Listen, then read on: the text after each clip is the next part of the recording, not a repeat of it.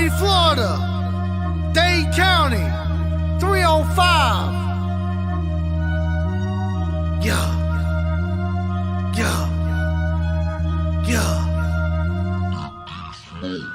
On the Gulf side of Florida, they said it wouldn't rain. But down in South Beach, yeah, we bout to make a sting. 305 Miami, we bout to have a blast. Got a guy from Bama, he's so stupid fast. On the Gulf side of Florida, they said it wouldn't rain. But down in South Beach, yeah, we bout to make a sting. 305 Miami, we bout to have a blast. Got a guy from Bama, he's so stupid fast. Jalen Waddle with the catch, Tua throw it, go fast. Big Mike with the round, O-line looking style. Miles G with the run, South Beach having fun. Other team gonna lose, don't care who boos. 305 is the place to be. If you don't believe me, just wait and see. Don't care what people really gotta say. Ride till I die, fins up every day. We winning the game, we going to a party. Spitting on the beat like Playboy Cardi. Gonna take a pic with Waddle. Gotta celebrate with a bottle.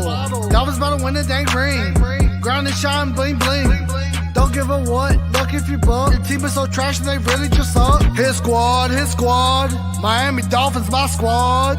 Aqua and orange on me every day. Shawty really about to be my bae. I'm always repping the 305. If you hate to leave, you can say goodbye. At the end of the day, Miami with the dub. After the game, I'll see you in the club. On the Gulf side of Florida, they said it wouldn't rain. But down in South Beach, yeah, we about to make a sting. 305 Miami, we about to have a blast. Got a guy from Bama, he's so stupid fast. On the Gulf side of Florida, they said it wouldn't rain. But down in South Beach, yeah, we about to make a sting. 305 Miami, we about to have a blast. Got a guy from Bama, he's so stupid fast. Hit squad representative. Big beats, we eat squads up for dinner. Legendary team, better watch how you approach them. If you can't swim, get tossed in the ocean. Get lost in the ocean. Bad attitude, we be causing commotion. They ain't kind of boy, one claim South Beach. When the South Florida sports so low, the mouthpiece. MIAMIDWA, that's the way I vibe. Throw fins up, that's the way we ride. All around the globe, dog fans worldwide. When I click with JB, then you know we made heat. Lead teams in the dark like it's new EP. Fans out of this world, we the new ET. Defense doing magic, make your QB sleep. When we hit the field, then we get into the grind. Hit that touchdown song, then we get into the shine. Working every day so we can get back to the prime. If you check your clock, you can see it's to a time. Even if it ain't ticking, then the fans still there. Screaming out loud with our hands in the air. You either got a full cup or a can in the air. Win the Super Bowl, that's the plan this year. Yeah. Gulf side of Florida, they said it wouldn't rain. But down in South Beach, yeah, we about to make a sting. 305 Miami, we about to have a blast. Got a guy from Bama, he's so stupid fast. On the Gulf side of Florida, they said it wouldn't rain. But down in South Beach, yeah, we about to make a sting. 305 Miami, we about to have a blast. Got a guy from Bama, he's so stupid fast. MCJB.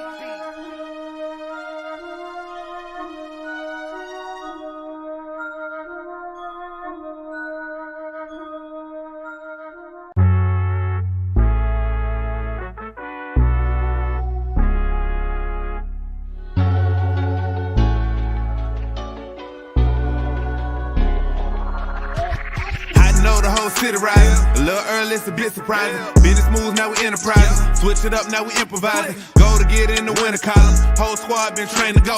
Fins for life, we throw the foe. Singing this just to welcome bro. To a time, to a time. Time to grind, time to shine. To a time, to a time. To a time, to a time. To a time, to a time. Time to grind, time to shine. To a time, to a time. To a time, to a time. My intuition told me this. To trust the coach, he holds the gift. He knowin' when to go with fit.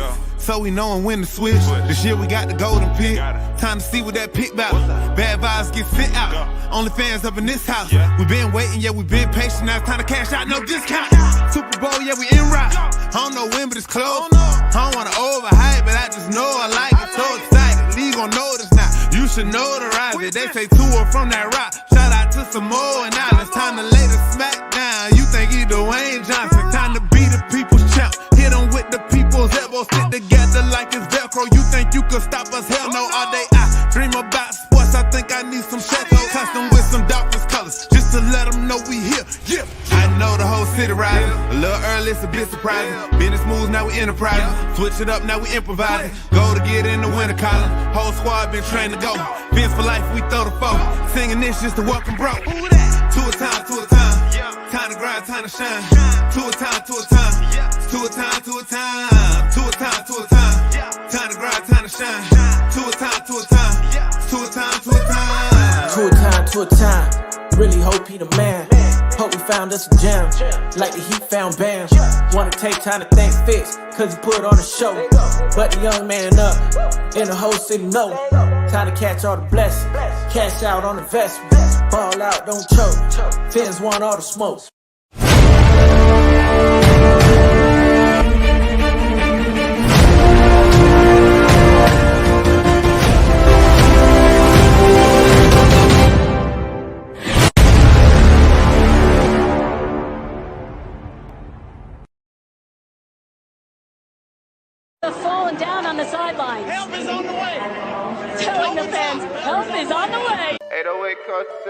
MCJB. Hey, Khalid, slap that boot. DJ Flair, make the money flare. Going crazy about the fiends, know we really about to win. Jalen Waddle too fast, Raheem Mozart with the dash. Clocking in, it's Tuas time, I was running through the line. 305 all day, ready now, we gonna play. Spitting on the beat, you better watch out for the fins. We going to the Super Bowl and really gonna win. 305 Miami Dolphins here to stay. Best be ready, cause we not just here to play. Cheater with the catch, do it, throw it, go fish. Big Mike with the route, old line looking stout. Aqua orange all day, 305 every day. Fins up, have a blast, defense, make them crash. Two with the ball, wide receiver gonna catch it. Jalen with the touchdown, Waddle with it. Baker with the hit stick, like he had a mod. Byron X, you know they both clamp gods. Fins up. Fins up.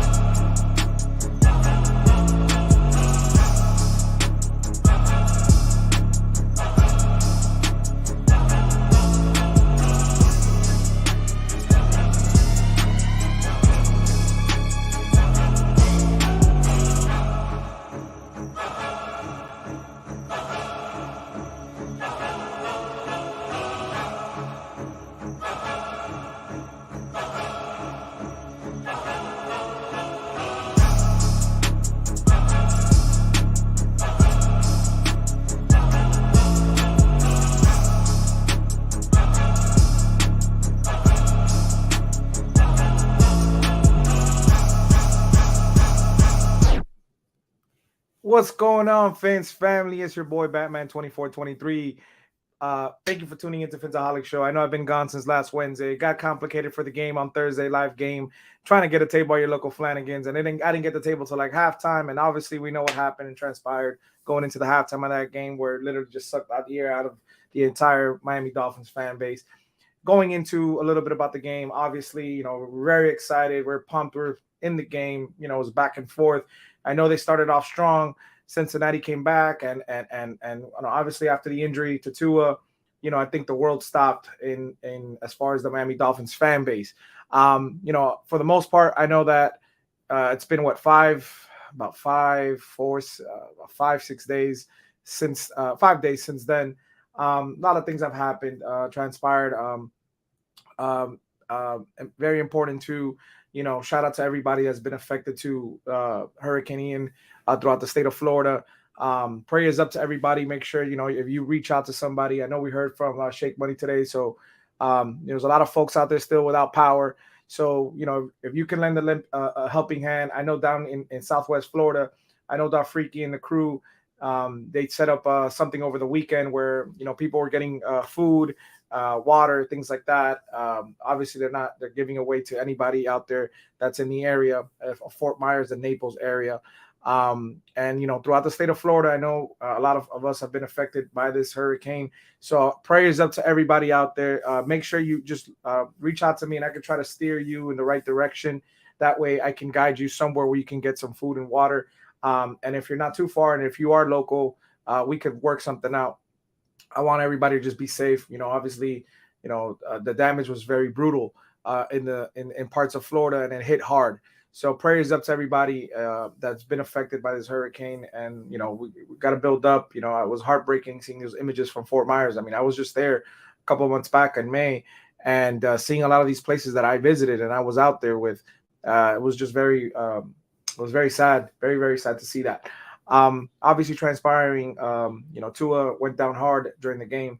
And it was heartbreaking, seeing him like that on the ground. I kind of disconnected myself from when it came to text messages. So I apologize to everybody that reached out and called and stuff like that from that point. But I woke up on Friday morning, and, obviously there was a lot of back and forth. I know within our fan base, we're still going at each other's necks. But at the end of the day, ladies and gentlemen, we're all human beings, and the players are human beings. So we have to take action and just be mindful of the things we say. I mean, we could all are entitled to our opinions, but just be mindful of what you say, because it could affect others in a different way. Now, that being said, you got to speak your mind. At the end of the day, I just think there's, timing could be better at some of the things we say. But nonetheless, going into Friday evening, I got a phone call, a very disturbing phone call. That somebody was looking for somebody. According to somebody was looking for somebody in the Dolphins community, and I didn't like what I heard. I reached out to this person, make sure they were okay. At that point, they said they were. So I just like, I'm not trying to be a middleman or anything like that. I just want to make sure that we put things into context when we say, these things, whether online or whatever. Just be careful. There are a lot of crazy people out there in this world. You don't need me to tell you that, but there are a lot of crazy people out there in this world, and you just don't know to what extent they're willing to go to prove a point. So just be careful, everybody out there. Like I tell everybody, man, fins up, forward to the sky. So going from the injury Tua had in the game, leading into the flight back home. Tua was able to, he supposedly he was with his parents in the hospital, and he was able to come back to the stadium towards the end of the game, or when the game was over, to meet up with the team, to fly back. He was discharged. He was able to fly back with the team. And obviously we've heard from then that, Tua was in good spirits. He even watched he sat next to McDaniel on the plane. He watched the movie Magruder, I believe it was called, with McDaniel. He was just very hopeful. I know he was in the facility the last couple of days with the Miami Dolphins. He is in the as far as recovering right now as we speak. I know today we got word that Tua was going to talk to Tua is speaking to concussion evaluation investigators today. So that's the latest we've heard on Tua. At the end of the day, ladies and gentlemen, I know we've heard a lot of stuff on YouTube. We've heard a lot of things from different people, from experts, and then even fans. We just want to put our perspective on what's going on with Tua's injury. And, at the end of the day, everybody's different, the way they heal as far as injuries or concussion. You can't put a timetable for things like this. And it is very, very serious, ladies and gentlemen. It's very, very serious. I don't want people to, disregard that and think that it's not something that, he'll be back in a week or two, or in a couple of days, 15 days, 17. Don't put a time limit on it. At the end of the day, I think Irving put it right there. He said the missing game is about optics, especially when he was being interviewed by an NFLPA on NFL's investigator about the alleged September 25th concussion. So they're talking about the concussion that happened with the Buffalo Bills. So he's being asked questions. I know at the end of the day, we say when Tua feels healthy and when the doctors clear him, at the end of the day, Tua is going to know his body, and he's going to know when he wants to come back to this game, if he wants to come back to this game. And I know that's the difficult part to hear, ladies and gentlemen, being a Tua fan myself. But this is an injury that obviously, as you heard Steven, he's had 11 concussions before, and it's very serious. And you being a football player, getting concussions over and over, you get damage, permanent damage to the brain. And obviously we know what can transpire from that. So you got to be mindful and respectful and just think, what the future holds for Tua going forward as far as his career. We have to be very, very careful, tread lightly. And at the end of the day, we hope for a speedy recovery. And if the decision comes to Tua after he's cleared by doctors and the medical staff and the coaching staff, if he wants to continue playing at whatever point, he would continue playing. From what I've been hearing, Tua is very excited. He's motivated. He's been talking about, plays, this and that, and stuff that he missed from the game. And if it was up to Tua, without anybody's opinion, Tua would be out on the field next week or even this week if he could. Tua wants to play football. He wants to play, he wants to make up for the loss. He sees it, and that's the kind of spirit you want to have. Not saying that we're going to have him out there, but the fact that he wants to continue playing shows good signs that, he wants to continue his career, at least in the short term. That's what we're seeing from Tua. But, be mindful. Like I said, if it takes a month, it takes 2 months, it takes a year, the rest of the season, just be mindful and respectful. I mean, that's a decision that, I think somebody brought it up very perfectly today. I think it was either on YouTube or it was yesterday on Twitter. If that was your child, and I know your child's dream was to play football, and the consequences of nerve damage and all these concussions can bring to the human body, you wouldn't want your son to play football. So that being said, I'm sure he's spoken to his family, and at the end of the day, it's going to be up to him once he gets cleared from the Miami Dolphins and all the professionals out there that can actually help him out, guide him, and making sure he's passing concussion protocols from here on out. But yeah, nonetheless, man, today's Talk About It Tuesdays, ladies and gentlemen. So you bring the topics, we talk about it. I apologize for over the weekend. I wanted to disconnect myself. Going from Thursday Night Football to what transpired Friday morning on Steven's show. And, I needed some time for my own. I had a good time over the weekend, just disconnecting from football. I literally disconnected completely from football. And I got back into the football stuff Monday. And it was a deserving break I needed. I just wanted to clear my head. But nonetheless, I know I sound sad. I'm just very tired from the week. I had a rough day yesterday. Today wasn't so bad at work. But today I'm picking up again. I missed all of y'all. Y'all are my family. As you can see, what the gift Lewis gave me up there, the Miami Dolphins Avenue up there. So I was able to hang that up. And my helmet, was able to hang up my helmet back up again. Hopefully it doesn't fall this time again, ladies and gentlemen. So that being said, obviously you guys saw the sponsor of the show. 305 Tailgating. Best chains in the game, ladies and gentlemen. If you're trying to get a nice chain, you're trying to get a nice hardware for your business, for you, for anything, for your man cave, women cave, your office, your game room where you watch your Dolphins games, get some custom work from Christian, man. The best in the game. As you can see, he does the best chains out there. For those of you that don't know, obviously, you got the Batman chain. Got my Batman chain I got done from Christian, man. I love it, man. Love the beautiful artwork and the detail he put into this. And then I got to give a shout out, obviously, to my Phinsaholic chain, man. I love my Phinsaholic chain Christian got for me lately. I love this. This is a Phinsaholic chain, ladies and gentlemen. So make sure you hit up Tailgating 305. Christian got the best chains in the game. I'm going to be dropping the link very soon. On that being said, obviously, we got to shout out Vesasur, best brewery here down in Miami, ladies and gentlemen. If you want to get some good beers down in Wynwood area in Miami, that is the address on the screen. They provide what we call the born and raised blonde ale from Vesasur, ladies and gentlemen. Born and raised Vesasur beer. Best beer out there. We're trying to make the #1 beer in Florida, not just South Florida, but Florida. They're doing a great thing. They had a pallet drop this morning. They're doing a hell of a deal. $10 gets you a 4-pack, or you can get a 24-pack for $50. Hell of a deal, ladies and gentlemen. So if you're down here in Wynwood, make your trip to Vesasur. Make sure you reach out to them and tell them, hey, Batman sent you. You saw it on the Phinsaholic show. Hey, I saw it on Batman was talking about the beer, and it helps the show because they sponsor the show. And then they could give me beers when I go out to the game. And when we're out tailgating at the game, I'll give out these beers to the fans out there. You come out to me. Everybody has come out to the last 2 games. You come up to me, want some Vesasur.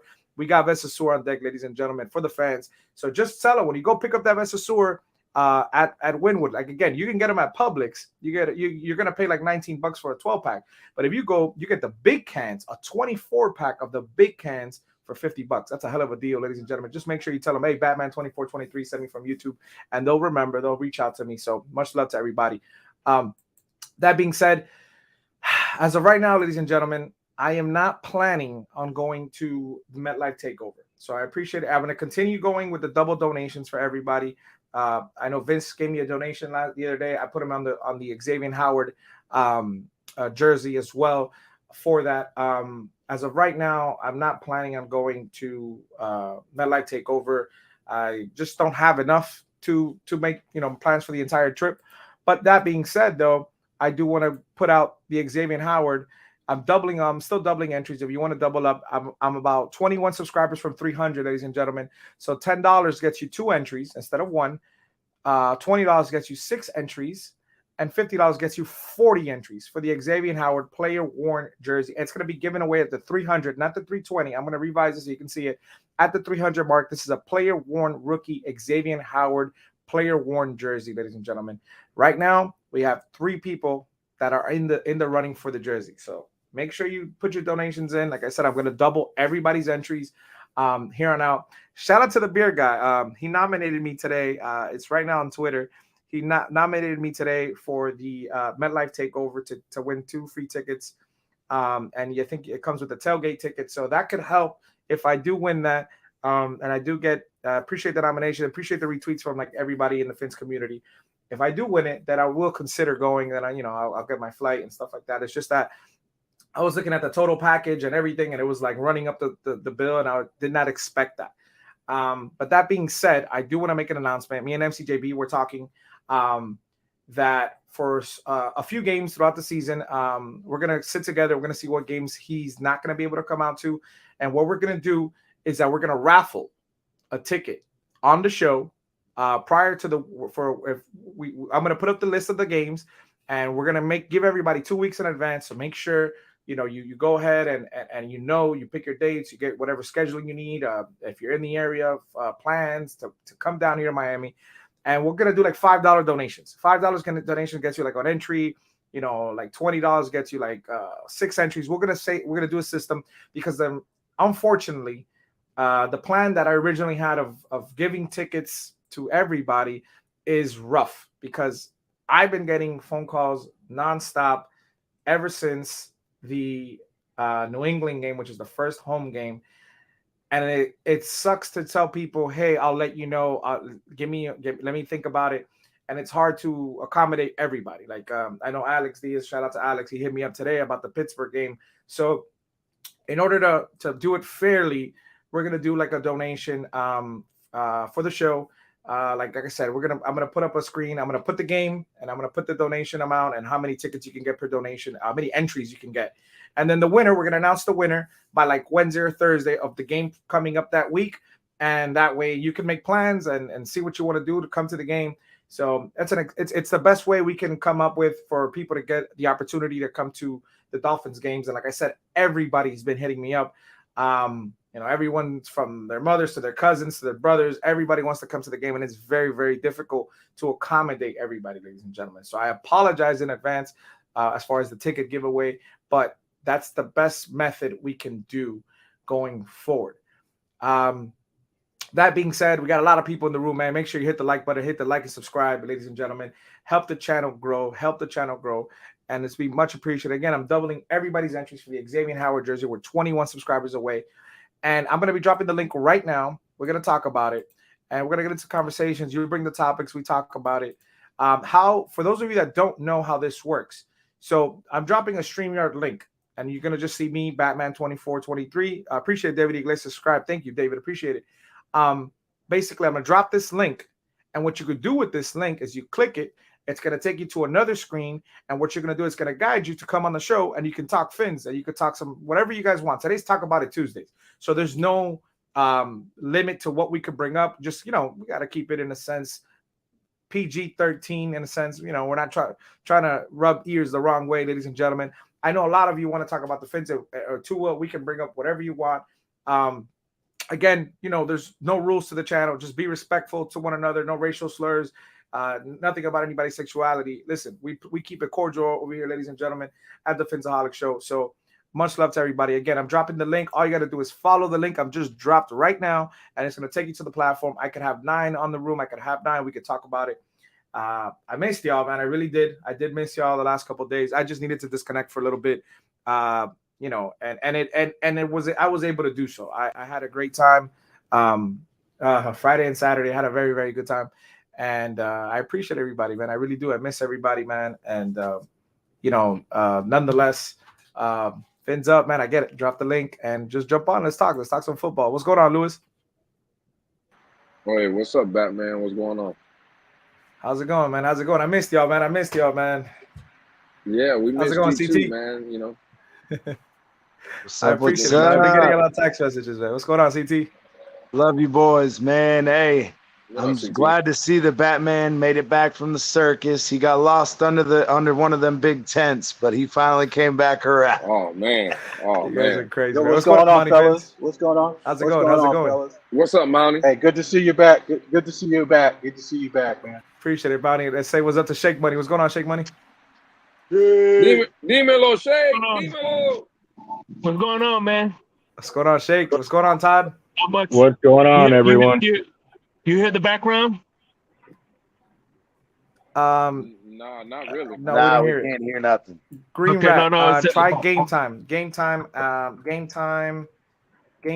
app or the website. Okay, I'm gonna put it on the screen. Game Time app or website. If you're trying to buy tickets for games outside of any game outside of Florida or anything like that, or if you want to buy tickets to come to Miami, Game Time app is the cheapest. I'm not sponsored by them. I'm just telling you that is the cheapest website because as far as the fees, they help you out. It's not like StubHub. It's not like Ticketmaster. It's not like all these crazy websites where they kill you with all these extra fees. Game Time is the cheapest, and you might find like a 5 or 10% discount if you Google it. You might find a discount for it. So Game Time app. So what's going on, gentlemen? So how was the weekend transpiring? We spoke to Shake today. I know Shake said he was still working on getting some power back. Yeah, I got no power still. Talk to me, man. Talk to me, guys. Yeah, I'm chilling in the car right now because it's hot as fuck inside the house. So. Damn, man. still no power. How's the house though? What do you mean? The house is good, man. No damage to the roof. We just got a new roof in about 2 months ago, so thank God for that. And no damage to the windows, just some trees. And my shed flew to the next. Other than that, I'm doing pretty well. Man, just thank God your family's okay and your house is all right. Yeah, pretty much. That's what I do every day. Word. That's a Praise fact. up. That's man. what Praise insurance is for. I know we're thankful for it, man, because we love having you on here. Hey, one thing I do. 100%. The only thing I want prayers for is I pray that I could find my cat. That's pretty much it. Yeah. Other than I know that, you said that. I'm We were sure. talking about that. Yeah. Dude, I was looking at pictures. That's the closest thing I've seen to Andrew since Andrew came through Miami. Yeah, it was rough. Yeah. It was rough. Yeah, it was rough. Yeah. Like I saw the images of Fort Myers, the before and after, and Dude, it it's was a whole heartbreaking. different. Yeah. It was heartbreaking. Yeah. dude, Northport was worse. Northport, which is a city north of me.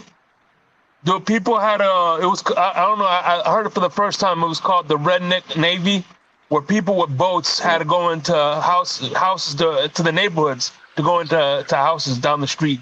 People were on canoes, driving on the street, getting people out of their houses. Yeah, I was down in Northport today, the Inglewood, Northport, Cape Coral area, and it was bad, man. All that Fort Myers, all down south. It's still pretty flooded, bad, really man. flooded.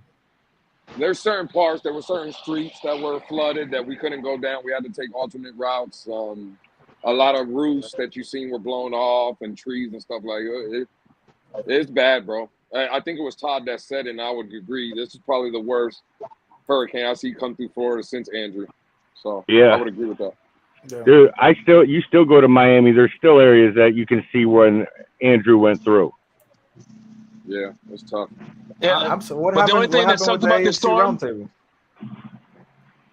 Something happened with the AFC roundtable? No, that's tomorrow. Man. That's I ain't gonna tomorrow. bring that bullshit up. Yeah, and I ain't bring that bullshit But that's up, tomorrow, man. though. The I'm roundtable's not tomorrow. even. I already brought it up enough. I ain't bringing it up no more. The roundtable's tomorrow, I think, what? right? Yeah, it's tomorrow. Today's Tuesday. And roundtables are Wednesdays. I unsubscribed. I won't be on it. What's going on, Iceman? Iceman, what are we was talking about? was it the thing you sent me, Iceman, or like? Because I'm confused. I really don't know what the hell's going on. I'm not trying to act stupid. I really don't know. Wait, I'll what- be No, watching it no. tomorrow. I didn't hear. What's I going didn't on? hear. No, Are you talking no, about the round table?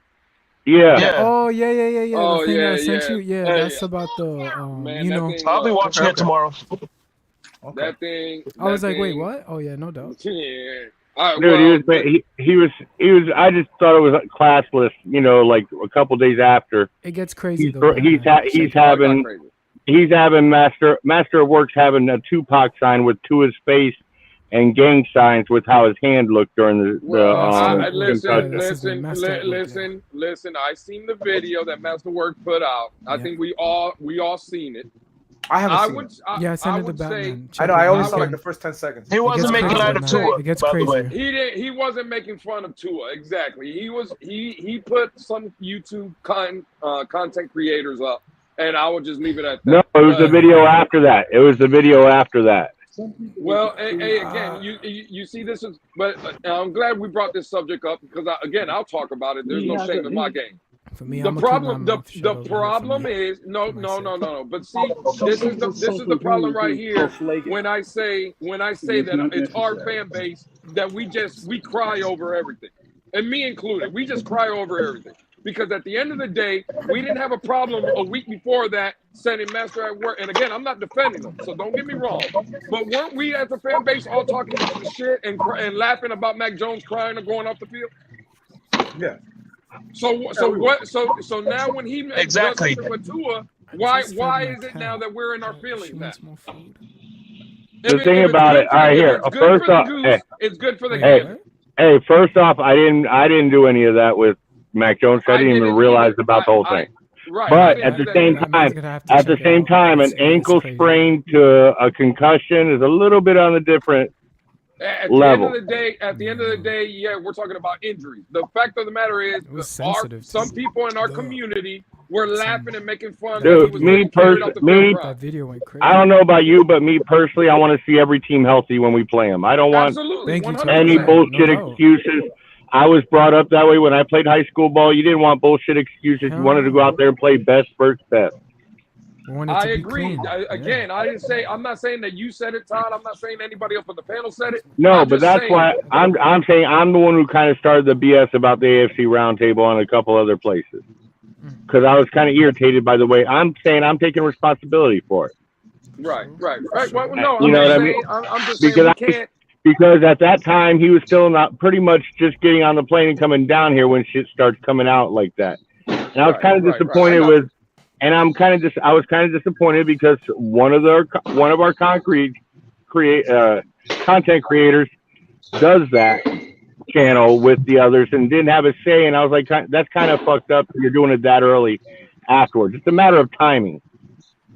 You know what I mean? That's a fact. And throwing shit out there like that where people are seeing, you never know who comes across these things about. I want to say, I don't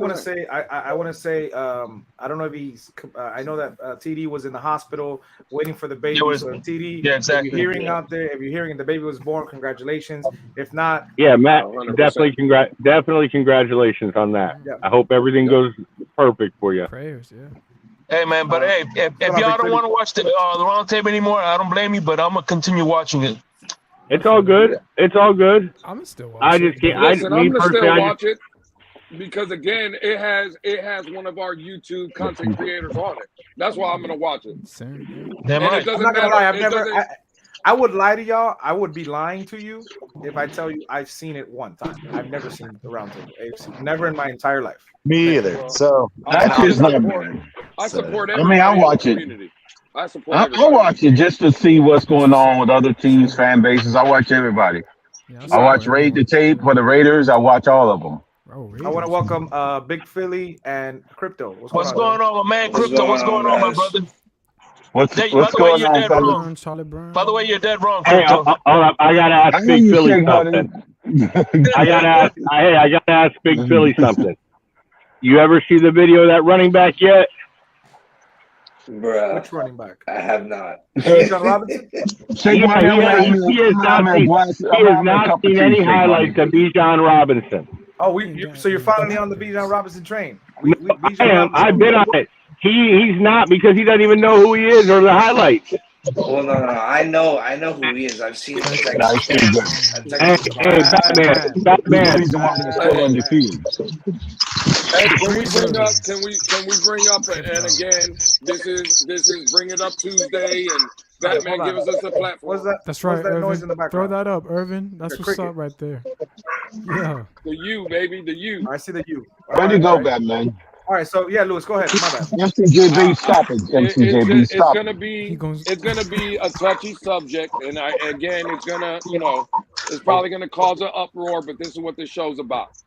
I first want to come out and say, me being a starch criticism, I guess you would say, on Tua. Hopefully that kid is well. Like, it doesn't matter to me. I think he's already proved enough in life. And I'm not asking for him to retire. This is not what I'm saying. I just want the kid to be 100% healthy, because at the end of the day, fuck football at this point. I just want that kid to be healthy. So I'll start off by saying that. It's important. His life is first. But ever since Tua's been the quarterback of the Miami Dolphins, all right, let's not talk about Alabama. He's been injured. Right? He's missed games, whether it's been Flores holding him out, the ribs, a finger, now the concussion. It's something where he misses games. Right. Like, how long? And again, it could be 2 weeks, it could be 4 weeks, it could be like Batman said, and I've heard other people say it could be the whole year. When is it time to start having the conversation of maybe Tua Tagovailoa is not the quarterback made for the Miami Dolphins? First off, there is a rumor out that he's pretty much past concussion protocols. That the NFL wants him to stay out this week for looks with everything that's going on. Okay, but this is my problem right here. I'll just give you my scenario. Let's say he has to sit out this week for the Jets. Let's say the Miami Dolphins want to play it cautious and they sit him out the next week against Minnesota. We're already talking about 2 games right here. We as Dolphin fans know, especially going past the past 2 years, we've missed the playoffs by 1 game. If you're telling me that our franchise quarterback, right, is going to be missing, and again, just going by the body of evidence, what we've seen as him being the quarterback of the Miami Dolphins, the facts of the matter are Tua Tagovailoa misses games. Bro, I'm sorry. And again, I'm not hating on the kid. I want the kid to be healthy, and I want the kid because again, I feel bad. He was playing well. He was showing us what we wanted to see from him.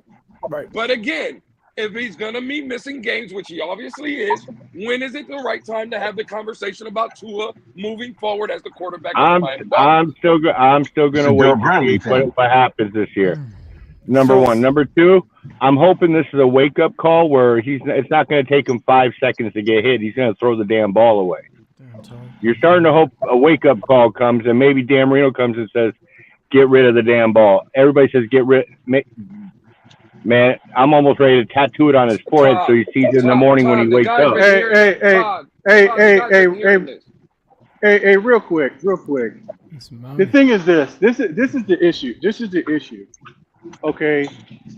The kid has been having the same problem. He has the same proclivity since college, actually since high school, because I remember when he was in St. Louis.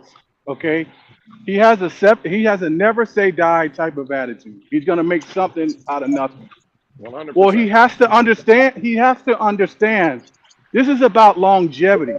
If he wants to play this smash mouth type of football game, dude, your career is going to be drastically cut short. Like, he cannot play like that in the league as a quarterback. We don't pay you to use brawn. We pay you to use smarts. We pay the linemen, we pay the linebackers, we play receivers, running back to take on tacklers and to get tackled. We don't pay you for that. I'm having a hard time. I'm having a hard time figuring who is going to guarantee money to him, big time money to prime time money to him, where he has a reckless abandon type of play style as a quarterback. Yeah. Now y'all do realize that his hold time per pass play is 2.5 seconds, right? Yeah. He gets rid of it. But here's the problem. Hold on. He does. Hold on. He holds on to the ball because he's waiting for a big play, which the entire fan base has screamed is what they want.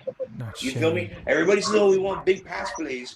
That shit takes time, but the offensive line doesn't hold up enough. Now, unfortunately, with the Cincinnati game, on that play, they more than freaking 9 seconds. But again, in this coverage downfield. Like they said, he's trying to make something out of nothing. He should have scrambled or kept rolling out and pushing the field that way, and that would have never happened. But unfortunately, He should have either made his mind up, run and slide, or throw the ball away. Because 5 points. You're protected with the slide. It was 5.4 seconds. I think Monty was Not many lines can hold up past 5.4 I seconds. think Monty was right. So- He said on bad. so- He wants to be a Which fighter. in football Like, he's a terms, not fighter. that's all eternity. So how can you? So please, this is a head scratcher, and it should be to everyone. If you look at that play that he got injured, right? Walk back with me. The play that he got injured, he rolled out to the left, look, and you roll right back into the guy who's chasing you, who you ran away from. 100%. 100%. Right, he rolled back into the guy that was pursuing him. I don't understand that for the was- life of me. Yeah, that was mind-boggling. That is either he was cloudy headed then, or that's bad quarterback play. Well, he could be playing under concussion. Yeah, that could have been an effect of the Buffalo game. Maybe he wasn't all there. Oh my God! Honestly, Stop that bullshit. I'm sick and tired of this fucking garbage ass narrative. No, that ain't I a am so narrative, fucking bro. They tired of that fired bullshit. The doctor. The Bro, union. the fired doctor, it came out later. No, it came out later. One at a time. I want to say Let's this. CT talk. Everybody, Fuck let's that. take turns They talking. fired Let's the take turns. NFL and the Players Association fired the fucking neurologist. Number one, Attell, who's the fucking head of player safety, said that the protocols were followed to a T. Okay? That's number one. We'll go number two. He was fired because the NFL realized that they had a loophole in their protocols that opens them up to litigation when they just settled their concussion lawsuit last year.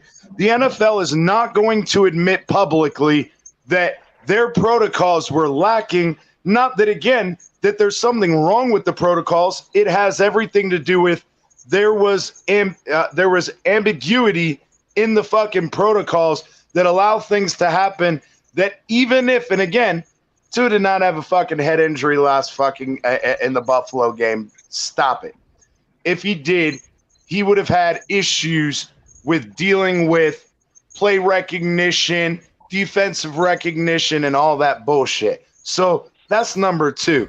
Number three, there is no way in hell, even now, it's been reported that the UNC wasn't fired because he did something wrong. They fired him because he got an attitude with the NFL, and he told the NFL, I'm not going to be your motherfucking scapegoat. You put my name out there and say that I'm the one that did something wrong, I'm going to sue the living shit out of you because I can prove that I did it exactly how your protocols told me to. And that was reported by Scheffner, wasn't it? Yes, and it was reported by multiple people. Schefter's not the only one that reported it. The issue is he said, you're not going to fucking play me for no goddamn fool. So stop that bullshit. All y'all need to stop that bullshit. I'm just Welcome.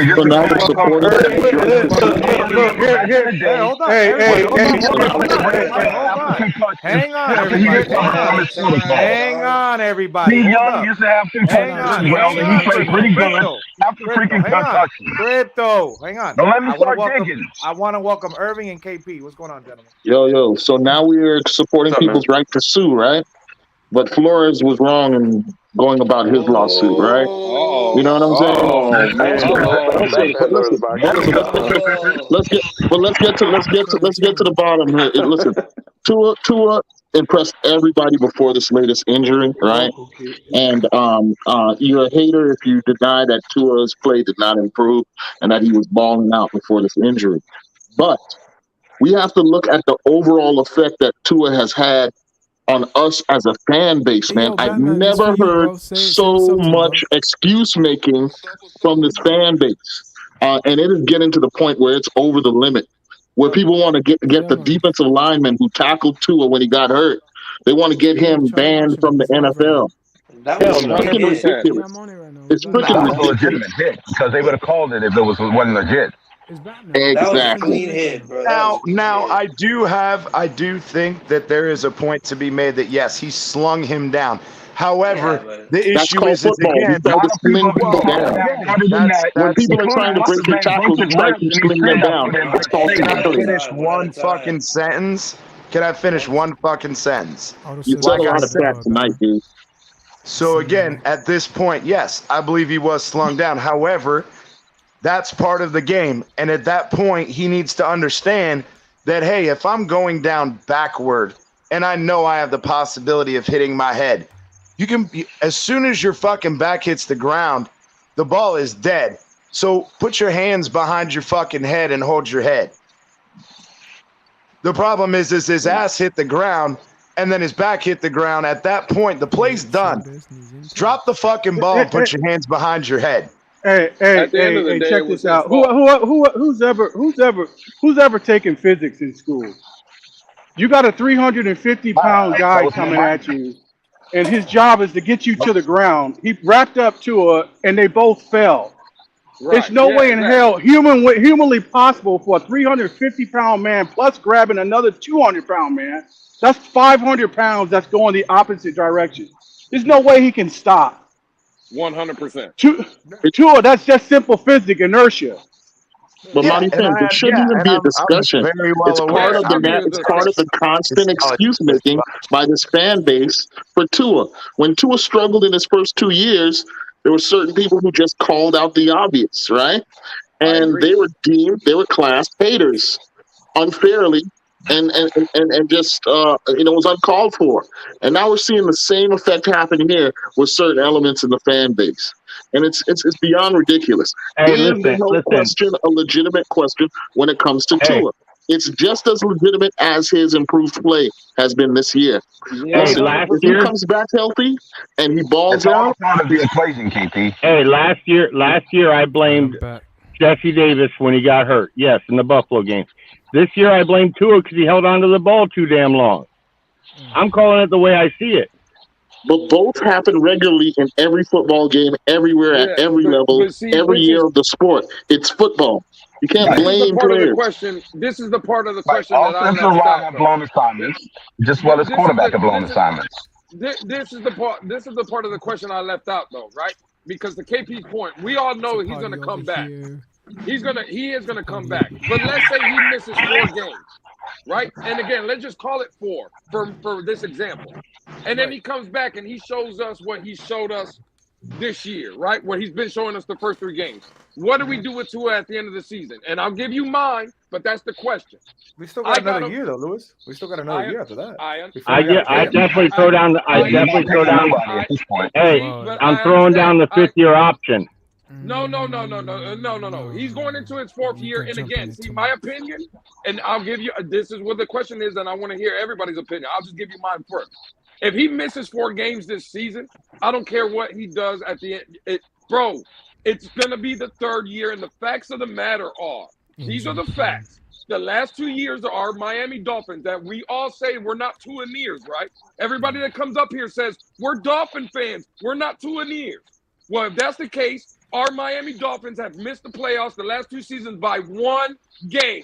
If your quarterback is missing 4 to 5 games a season, he can't be the franchise quarterback. Those are the facts. It's got to be more durable. Injury prone. Durability plays a role. It is. It's not hating on the kid. Those are the facts. Like, we're going to say, oh, we're going to move up next year and wait for what? For him to miss another 4 or 5 games? So Lewis, let me ask you a question though, based on what you said. So what happens? That would be insanity, doing the same thing, expecting a different result. And makes a deep playoff run. Let's say we don't make it to the Super Bowl, but a deep playoff run. You still want to move. You still want to look for another quarterback. If our backups take us into a deep playoff run, then what, Batman? That's a good question. But I'm saying if Tua comes back in 4 games and Teddy or Skyler is able to man the ship, hold it down. Which I think they can because we have a soft schedule right now. There's no such thing as soft schedule. It's the NFL.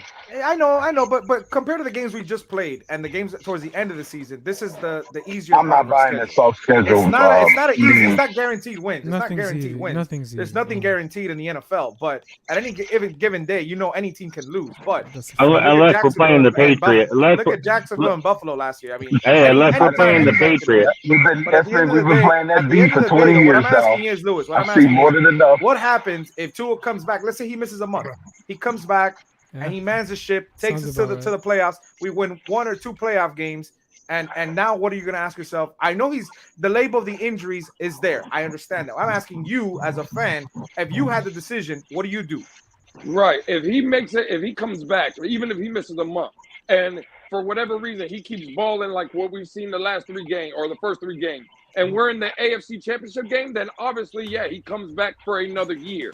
But let's say he misses a month and we make the playoffs and it's a first round, a wild card round, and we're out, bro. Again, I'm not saying get rid of him, but I'm just saying the conversation has to be thought of, because again, I didn't even mention nothing about Alabama, specifically Tua Tagovailoa being a quarterback for my team, the team that I love, the team that I root for, bro. I can't have you every season missing 4 to 5 games a season. That's not a franchise quarterback.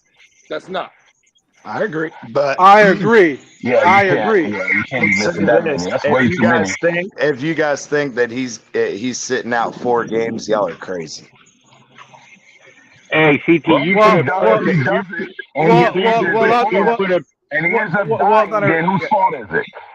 Well, I'll tell you this. I'll tell you this. This is gained so much political headway, especially for the NFL. I can guarantee you the NFL Players Association is going to push to hold him out at least 4 games. I guarantee it. Because of the optics. Just to cover that back. I would say 4 games, because it's all political at this point. Yeah, Tua could say he's okay, but it's the optics. They're going to use the optics to play politics. No doubt, the NFLPA will argue that this is exactly why they created the 4-year, because he's not a paraplegic in his 40s. This is exactly why they will argue that they've added the 4-game temporary injury reserve section for a situation exactly like this, Not so we got to use the tools that are at their disposal. And in this sense, it'll look like the Dolphins are putting greed, or the NFL is putting money over player health. I'm pretty sure the PA is going to argue that point exactly. Let me ask you this. It's always about the money. Somebody's getting paid.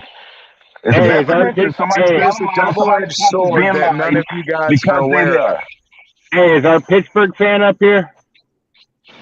No, I haven't seen Q. And again, you guys. What about Minka Fitzpatrick? He played the Browns game.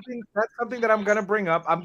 Because Pittsburgh want to be stupidity. Doesn't give us an excuse to be stupid.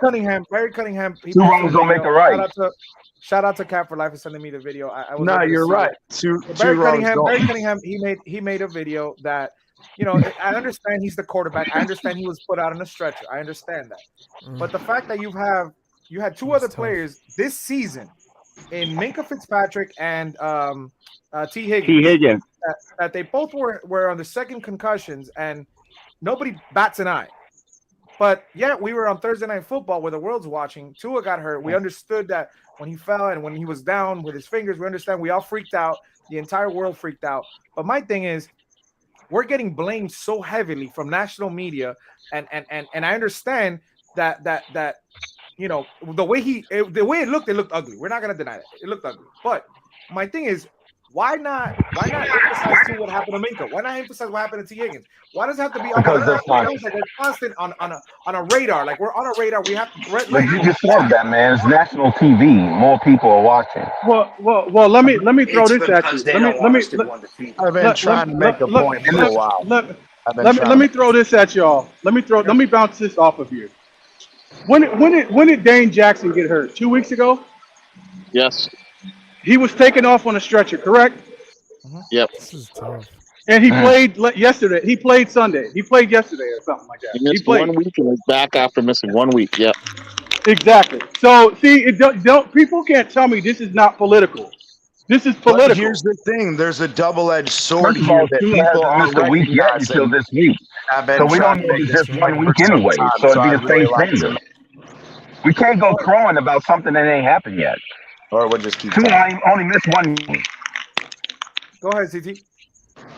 I was saying that the double-edged sword with this whole the NFLPA is that they work for the players, and at what point does someone who doesn't have a concussion or there's something similar in this aspect where now the player is being taken off the field for an extended period of time, and the players make the argument that, again, that 1 game, 2 games, or 3 games can cost me my starting job.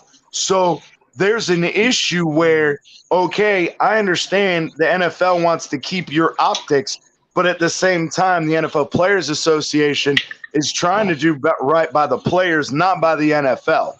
But the issue is again, where do they draw the line? And that's the whole thing, is it's going to become a huge issue if we start seeing players that have a concussion, but they're being held out an extended period of time. And I've said this on MCJB's channel. You can go back and watch it where I explain everything about the concussion aspect. But statistics show that in that first 2 weeks after that concussion, which again, Tua would have because he was 3 days in before, then he had 7 until Sunday. That's 10 days. And then another 7 days would be 17 days. So it would be way past that 2-week mark of when most of the returning symptoms occur. Can they occur months down the road? Yes, they can. However, statistically, it's extremely unlikely. So at this point, holding him out next week and letting him play the next week is the answer.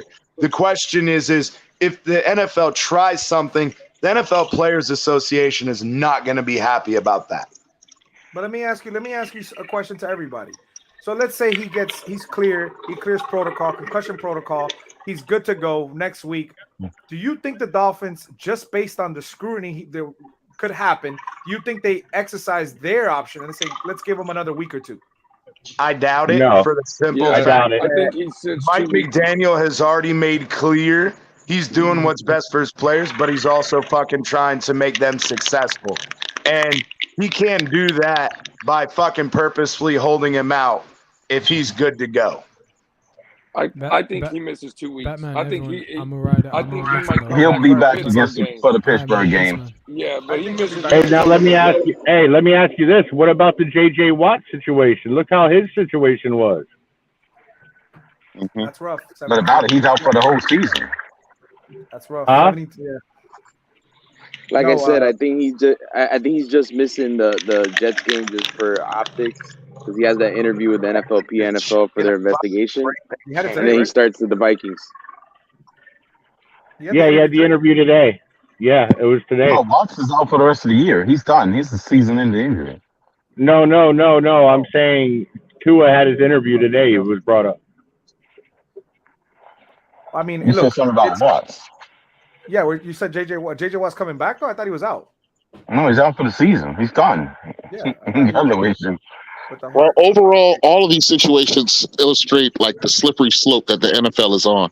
It has to figure out where that fine point is between player safety and then, satisfying the demand for entertainment, the demand for performance, the demand for winning. And right now, Tua's case happening on Thursday night in front of everyone on national including TV. the commissioner. Is what made this thing such a lightning rod, such a political lightning rod.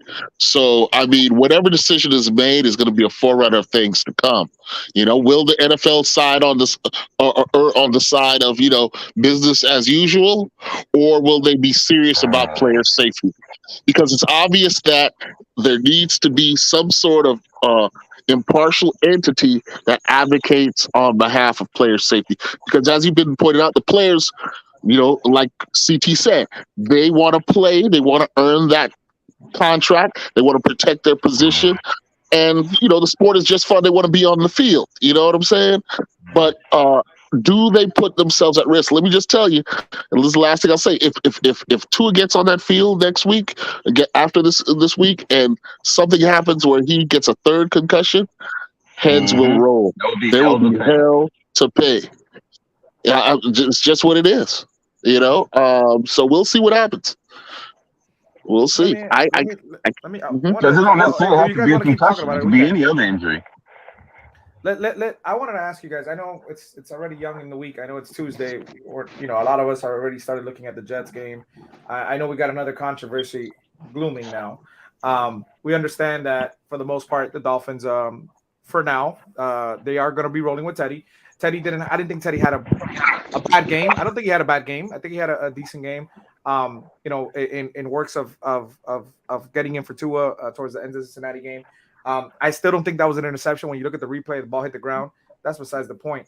It was a catch, Batman. No, I saw the video. Like, you see clearly the ball hits the ground, though. No, they had a commercial timeout to review it as well. They had ample amount of time to look at that play. Oh no, they never did. They never reviewed it. It was brought up. Every turnover is automatically reviewed, and plus they had the commercial timeout. But what I want to ask, McDaniel would have challenged it. So at what point? I understand that it's not being hypocritical because we talk about Tua, we talk about Teddy, and we talk about Skyler. At what point, like how bad of a game, if he does? I'm not saying he will have one, but what I'm saying is, at what point do the fan base, the fan base that likes Skyler and wants to see what he has to offer, at what point do you think it would be for you to, all right, I'm done with Teddy? Because I think Teddy could hold down the ship. I think he can. It's already a bad move not playing Skyler, Batman. It's already a bad move not playing him. Skyler should be starting. And I would contend that interception ain't really what lost us the game. They scored off the interception early in the game that we had earlier. Besides the point. The score was what mattered.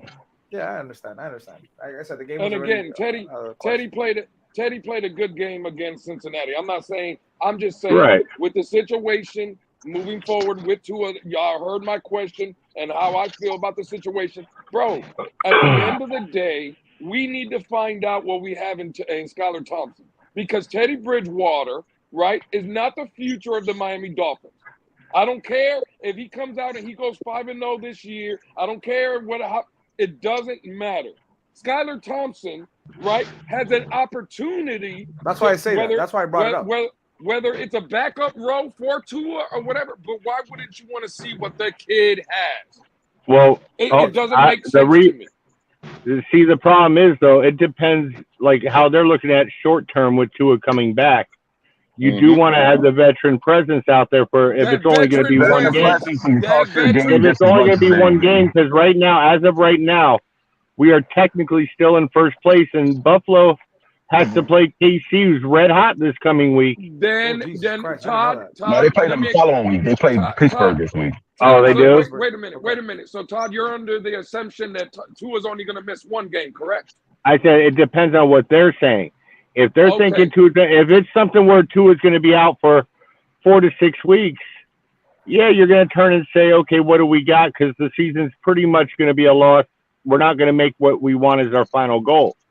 If he's only missing 1 to 2 and you want to hold it down the fort for 1 to 2, you're going to roll out the veteran. Let me shut down that narrative for you real quick, Todd. And hopefully I can change your mind on that. You know what saves the Miami Dolphins in that situation? That if Tua only misses 1 or 2 games, them starting 3-0. Because even if Skylar Thompson comes in for 2 weeks and he shits the bed, you're still 3-3 and the season is not lost. Now, if you would have started 1 and 2, and now Tua goes out, now that argument that you just told me, it makes more sense to go with Teddy to see if he can dig you out of the hole. You already dug yourself out of the hole being 3-0. And there again, you give yourself a head start already. If Skylar Thompson ain't gonna, let's say, let's be honest, right? Does anyone believe that Skylar Thompson cannot beat if you're gonna try to convince me that Teddy can go out there and beat the Jets because our roster is better and stuff? Bro, with Tyreek Hill, Jalen Waddle, Mike Gesicki, our coaching staff, you telling me Skylar Thompson can't beat the Jets? I think Cedric Wilson could beat the From the personnel, from a personnel standpoint, he should be able to. Saying. Should be able to beat any team, to be honest with you. The move moving forward should have been Skylar Thompson, especially playing on Thursday night. Right. You had 10 days to get him ready for the Jets. Adam the roster upgrade is enough improvement to win an extra game, regardless of who's the quarterback. Which, by the way, ladies and gentlemen, because Von Joe didn't even know this. He texted me like right before the show started. We did sign Reed Sinet back to the practice squad because obviously Skylar got There we go. More firepower in the building. There we go. Reed Sinet, my boy, is back on the team. My boy is back. It's an arms race, Batman. More firepower in the building. Now, you know what What do you believe the guy to go with is Skylar or Teddy is really irrelevant. The Dolphins at this point have shown us that they're going to go with Teddy. So the real question is, how many games will a subpar Teddy showing last? Will it be one game or will it be two games? I think his leash. I think his leash, as far as a subpar performance, will be this one game.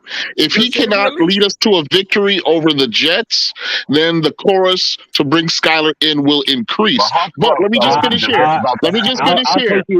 If we jump, but hold on one second. Once again, if we jump Skylar in at this point, we will be admitting that the entire offseason plan and structuring of the team was always ill thought of, was always a BS plan, and the Dolphins front office and coaches will look like chaotic idiots if they jump Skylar over Teddy.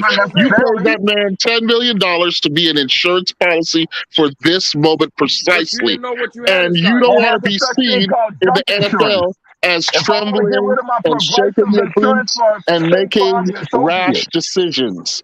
This is a long season, and you got to go forward with the plan that's in place. So there's no reason at 3-1 to depart from the plan. Okay? There's no reason to depart from that plan at this moment. Now, I agree that if we start to lose the momentum that we built up with the beginning of the season, then yes, another move is then more likely. But anything else other than that is irresponsible. Everything other than that is irresponsible. So insurance policy is what it is. Crypto, go ahead. Exactly. I think you want to rebuttal that? I wanted to rebuttal. Hold on, everybody. Hold on. Hang on. I didn't hear anything you said, Crypto, and I know Lewis wants to say, and Todd and Irving. So, Crypto, what did you have to say to Kahari's point? I was saying that there's a such thing called junk insurance policy. If you want to get rid of State Farm, go with Geico if they got the better premium. Skylar is the better premium right now. Gamble based on a good preseason showing.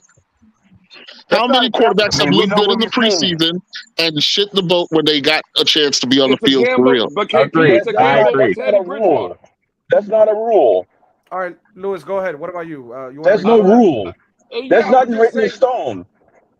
Last time I checked, that was my bad. No, go ahead, Crypto. Go ahead.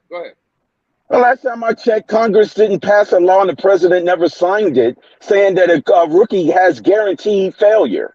When does that bill pass? Maybe it was freaking HR 59 or something. I don't know. What am I missing here? It's guaranteed that every rookie has to fail just because they're a rookie. Right. And I'm never buying that argument. Absolutely. And another thing, look around the league. Anytime a starter goes out and you have to play your backup, it's always a risk. Like playing Teddy Bridgewater is a risk for us. So when we bring up that narrative, if we put Skylar in, it's a risk. Well, so if we put in Teddy, it's a fucking risk. So it doesn't matter. Like at the end of the day, we want to see what the future holds. Teddy Bridgewater, at the end of the day, won't be here next year. He has no future plans with the Miami Dolphins. Skylar Thompson, whether it's QB1 or QB2 as a backup for Tua or whoever else. Why you have to see what you have. All right, I think if we're down double-digit points at halftime, I think Skylar could go in. By the way, the coach said if Teddy doesn't come out and play well, I have confidence in Skylar. But you got to know, once you do take Teddy out, That's the short list we need. But once you take Teddy out, you know you're not putting him back in this year. Correct, Todd. Correct, Todd. I'd agree with that, Todd. Let me get this straight. But that's Todd, just to be clear, you're saying You know you're not. well, because the thing about it is, I'm not saying it's a leash, because I'm not saying it's a leash. I'm not doing that. But I understand Lewis's point as far as putting him in now. I understand that, and I know the Dolphins are going to go with Teddy. My question is, Todd, what you're basically saying is, if Teddy plays bad during the Jets game, you expect Skyler to come in at that game. The Teddy experiment will be over at that point. I would expect if you're down double digits at halftime because you have no offense, say it's 14-3, and you have no offense in the first half, I expect them to try to bring. I expect them to bring Skyler out, start the second half, see what he can do to spark it. Batman, I don't have a problem with what Todd is. But once you do it, Teddy is done in Miami because he will. He can have an attitude sometimes. He will not go back in. Well, Batman, see, Todd, what Todd said is fair. The only thing me and Todd disagree on is, the length of time that you go with Teddy. But to depart from Teddy at this point would be an irresponsible, rash move by this organization. Okay? My drawback is the same way. Let's say the same way I feel about Tua. So, like somebody, I think Color mentioned it. So, Tua was struggling, and the offense was struggling to move the ball and stop the Ravens. And then eventually, the coaches didn't pull Tua. Tua pulled through in the game. My thing is, you do that with Teddy. Like you said, if you pull Teddy, it's going to be impossible for him to come back at any game going in. With any chance. And that's why I think they signed Reed Sinnett to the practice squad as a third quarterback if that were to happen. And that's why I say you give Teddy the entire Jets game. You give him at least one game. You give him that whole game, Batman, for the possibility of a second half performance like what we saw with Tua in Baltimore game. That's the perfect example. Because Teddy ass might get hurt too. You gotta remember this nigga injury prone as well. You're right, with y'all. Hey, let me say, I'm glad all y'all boys is all right, man.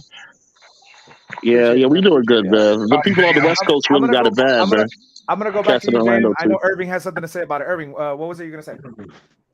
No, I agree with what Kahari said initially. I think, us as Dolphin fans, we expected, knowing Tua, evaluating Tua the past 2 years, he's not the most durable player in the world. This is the reason why we brought in Teddy Bridgewater. Teddy Bridgewater throughout his whole career, he's always been he's been the epitome of stability. Yes, he's not great, but he is, he does provide, stable quarterback play at that position, especially if your quarterback one goes down.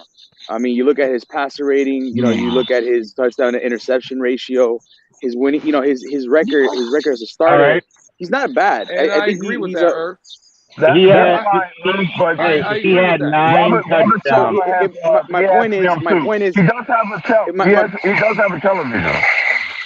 Yeah, I get that, but he's not gonna be like, he's not gonna provide you with terrible play. I think he is as advertised. I think he's a guy that he gets the job done. He's efficient. That's the problem. That's the problem right there, Irv. 100%. I agree with everything you said, right? But see, this is the problem. Then why in the hell does he have a short leash then? If you're gonna play Teddy, Teddy needs to play the whole game against the Jets, going into Minnesota, and however many other games. You're right, Lou. You're 100% right, Lou. Why should he have at least that? Yeah, but then again, Lewis, because that goes to show that the Miami Dolphins don't have a fucking plan and that they don't really believe in. No. It's only because Skyler has shown so much promise that we're even having this discussion, and that is a good. This is a good problem to have. This is a great problem to have. That's what we all assuming. We don't know what kind of got problem with. Hey, you have to admit. Just to piggyback off what Kahari said real quick, I agree with that. The plan was to go with Teddy Bridgewater because he is one of the better upper echelon backup quarterbacks in the league. I don't think the Dolphins coaching staff expected the explosion that Skylar Thompson, provided during the preseason. So it threw like a monkey wrench into their plans. You know what I'm saying? Yeah. Right. Hey, but I will say this. He got him. No one expected Skyler, but Skyler going on to ascended to that level. That's a positive monkey wrench. Earlier about how Tua came back in the Baltimore game. Teddy's never been a gunslinger to do that. He's not getting you back in the game. He's not. But I think from Lewis's, he had 9 touchdowns. He had like 1 touchdown a game that he's been averaging pretty much the last 2 years. That's why this Teddy versus Skyler thing, it can be summed up in one sentence. Everybody said Tua was trash because he underthrew Hill. Well, Teddy Bridgewater underthrew Hill too. So I think the only guy that we're not going to worry about whether he's going to underthrow him or not is Skylar Thompson. 100%. So why the fuck not? Why the fuck not? Yeah, that's what I was going to say, CT. Like, right. He's not underthrowing that. That's an extra touchdown on that drive, CT. Yeah, exactly. The question is why not? You got to consider. He was 5 yards short on that pass. Fucking Tyreek Hill had to stop in the middle of the goddamn field, which is the only reason that it got tipped and he juggled the shit in the first place because it was 5 yards behind him and he had to stop and wait for it. Right. That would have been a score. That was the difference in 3 points. You could say that was the play that gave us opportunity not to win. You know what? That sums up. Hey, that sums up the difference. That sums up the difference between Skyler and Bridgewater.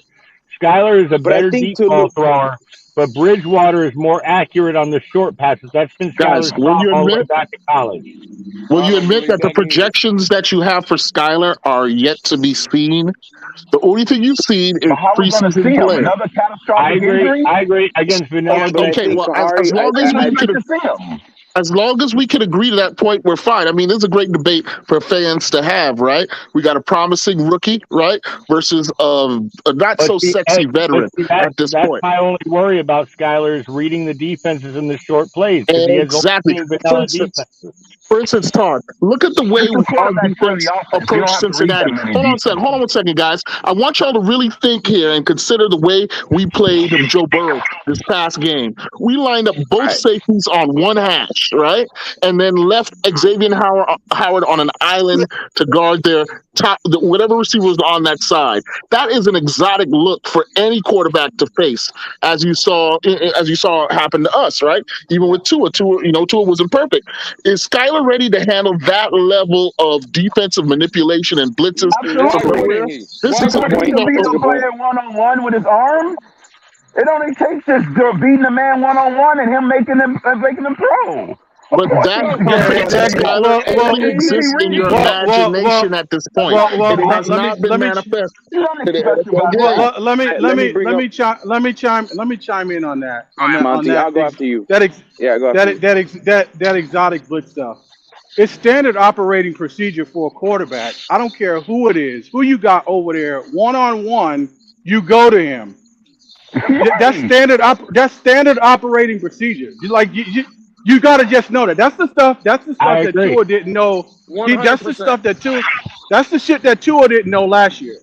He would have Devontae Parker, 6'4", 50-50, best 50-50 guy in the league. When Devontae Parker was on the field, you got to throw that one. Well, okay, when he was on the field, when he was on the field, Tua would go to the other side. That's ridiculous. Because we all talked about Tua being injury prone. Devontae Parker is injury prone. Hey, can I ask a question? And can I ask a question? For all that Skylar Thompson can't do this and Skylar Thompson can't do that. I don't believe Tua injury prone. Well, let me ask you guys a question. What defense does Skylar Thompson go against and do the scout team offense for? Who does he go up against every day? No, I agree with that. At practice, but being in the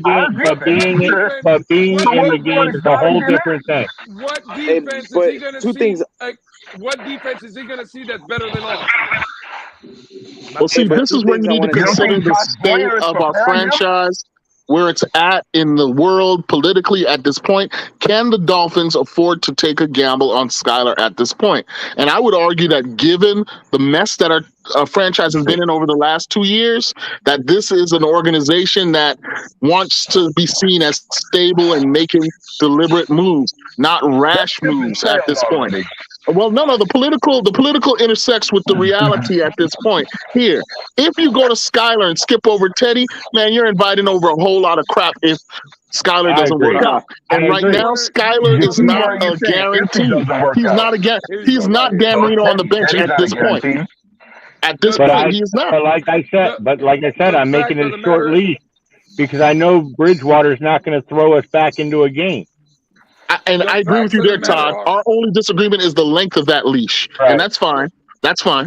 KP, yeah, but you look at we wouldn't have to worry about him throwing us in the game if the run game working. We believe very good that point. That's why I say Bijan Robinson first round next year. Hey, we believe that it's political, correct? That's what we believe. Well, I'm gonna keep it 100 for everybody then. And again, this is just my opinion, but it's the 100 opinion that I believe. The reason you're seeing Teddy Bridgewater is because he comes with a $6 million price tag. Because if Teddy Bridgewater, I agree. If Teddy It's not because he's a veteran. It's not because he's a veteran. If Teddy Bridgewater was making $1 million, you would see Skylar Thompson in the fucking game. You're probably 100% right, Lewis. 100% right. Fair point. 100% right. So again, what about this? This NFL what about this? And all this bullshit, all this what about this? experience and all this bullshit, miss me with that. And we're gonna but let me ask you, there's a reason Teddy gets this, but you're ignoring the reason Teddy gets the $6 million to begin with. He's earned that because of the play over the span of his career. Hey, let me ask you guys something now. It's not like we overpaid for him. Hey, going on that point, what if Skylar went in and he bombed, right? He played like crap.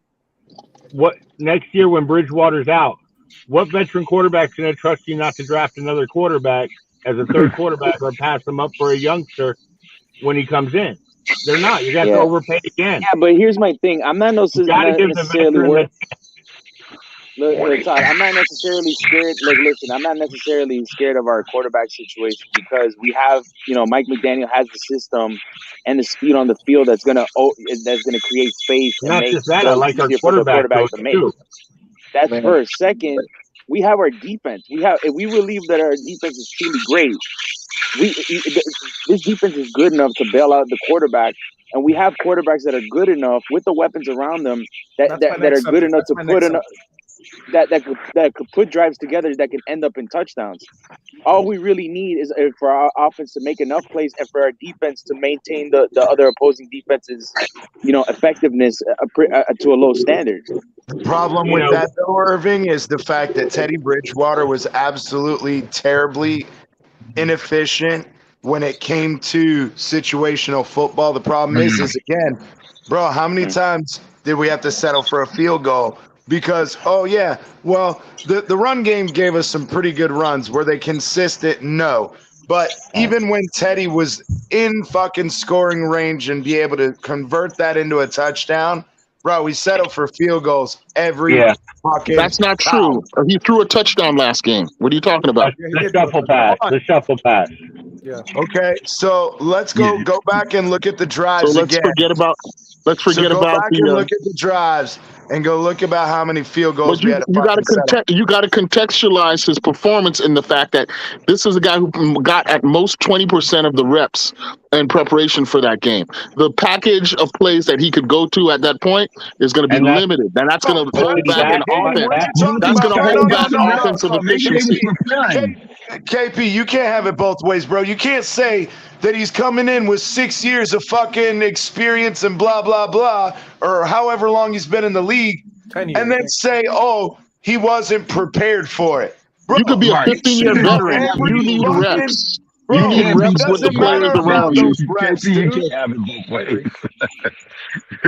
No, you know what you need?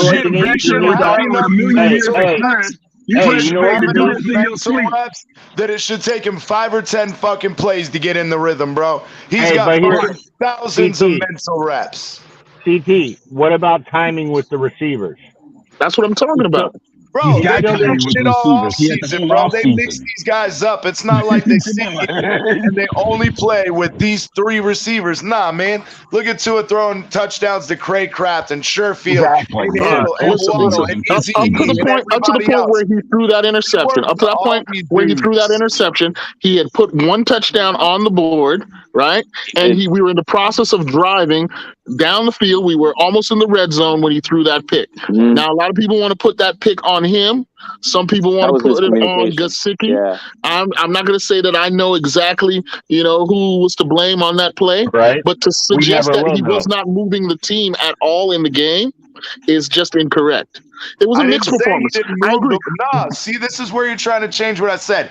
I didn't say he didn't move the ball. I said when we had to convert, instead of fucking taking field goals, we were settling for field goals and not scoring touchdowns. He scored 1 on 4 drives that we. So you demand 100%? You demand 100% efficiency?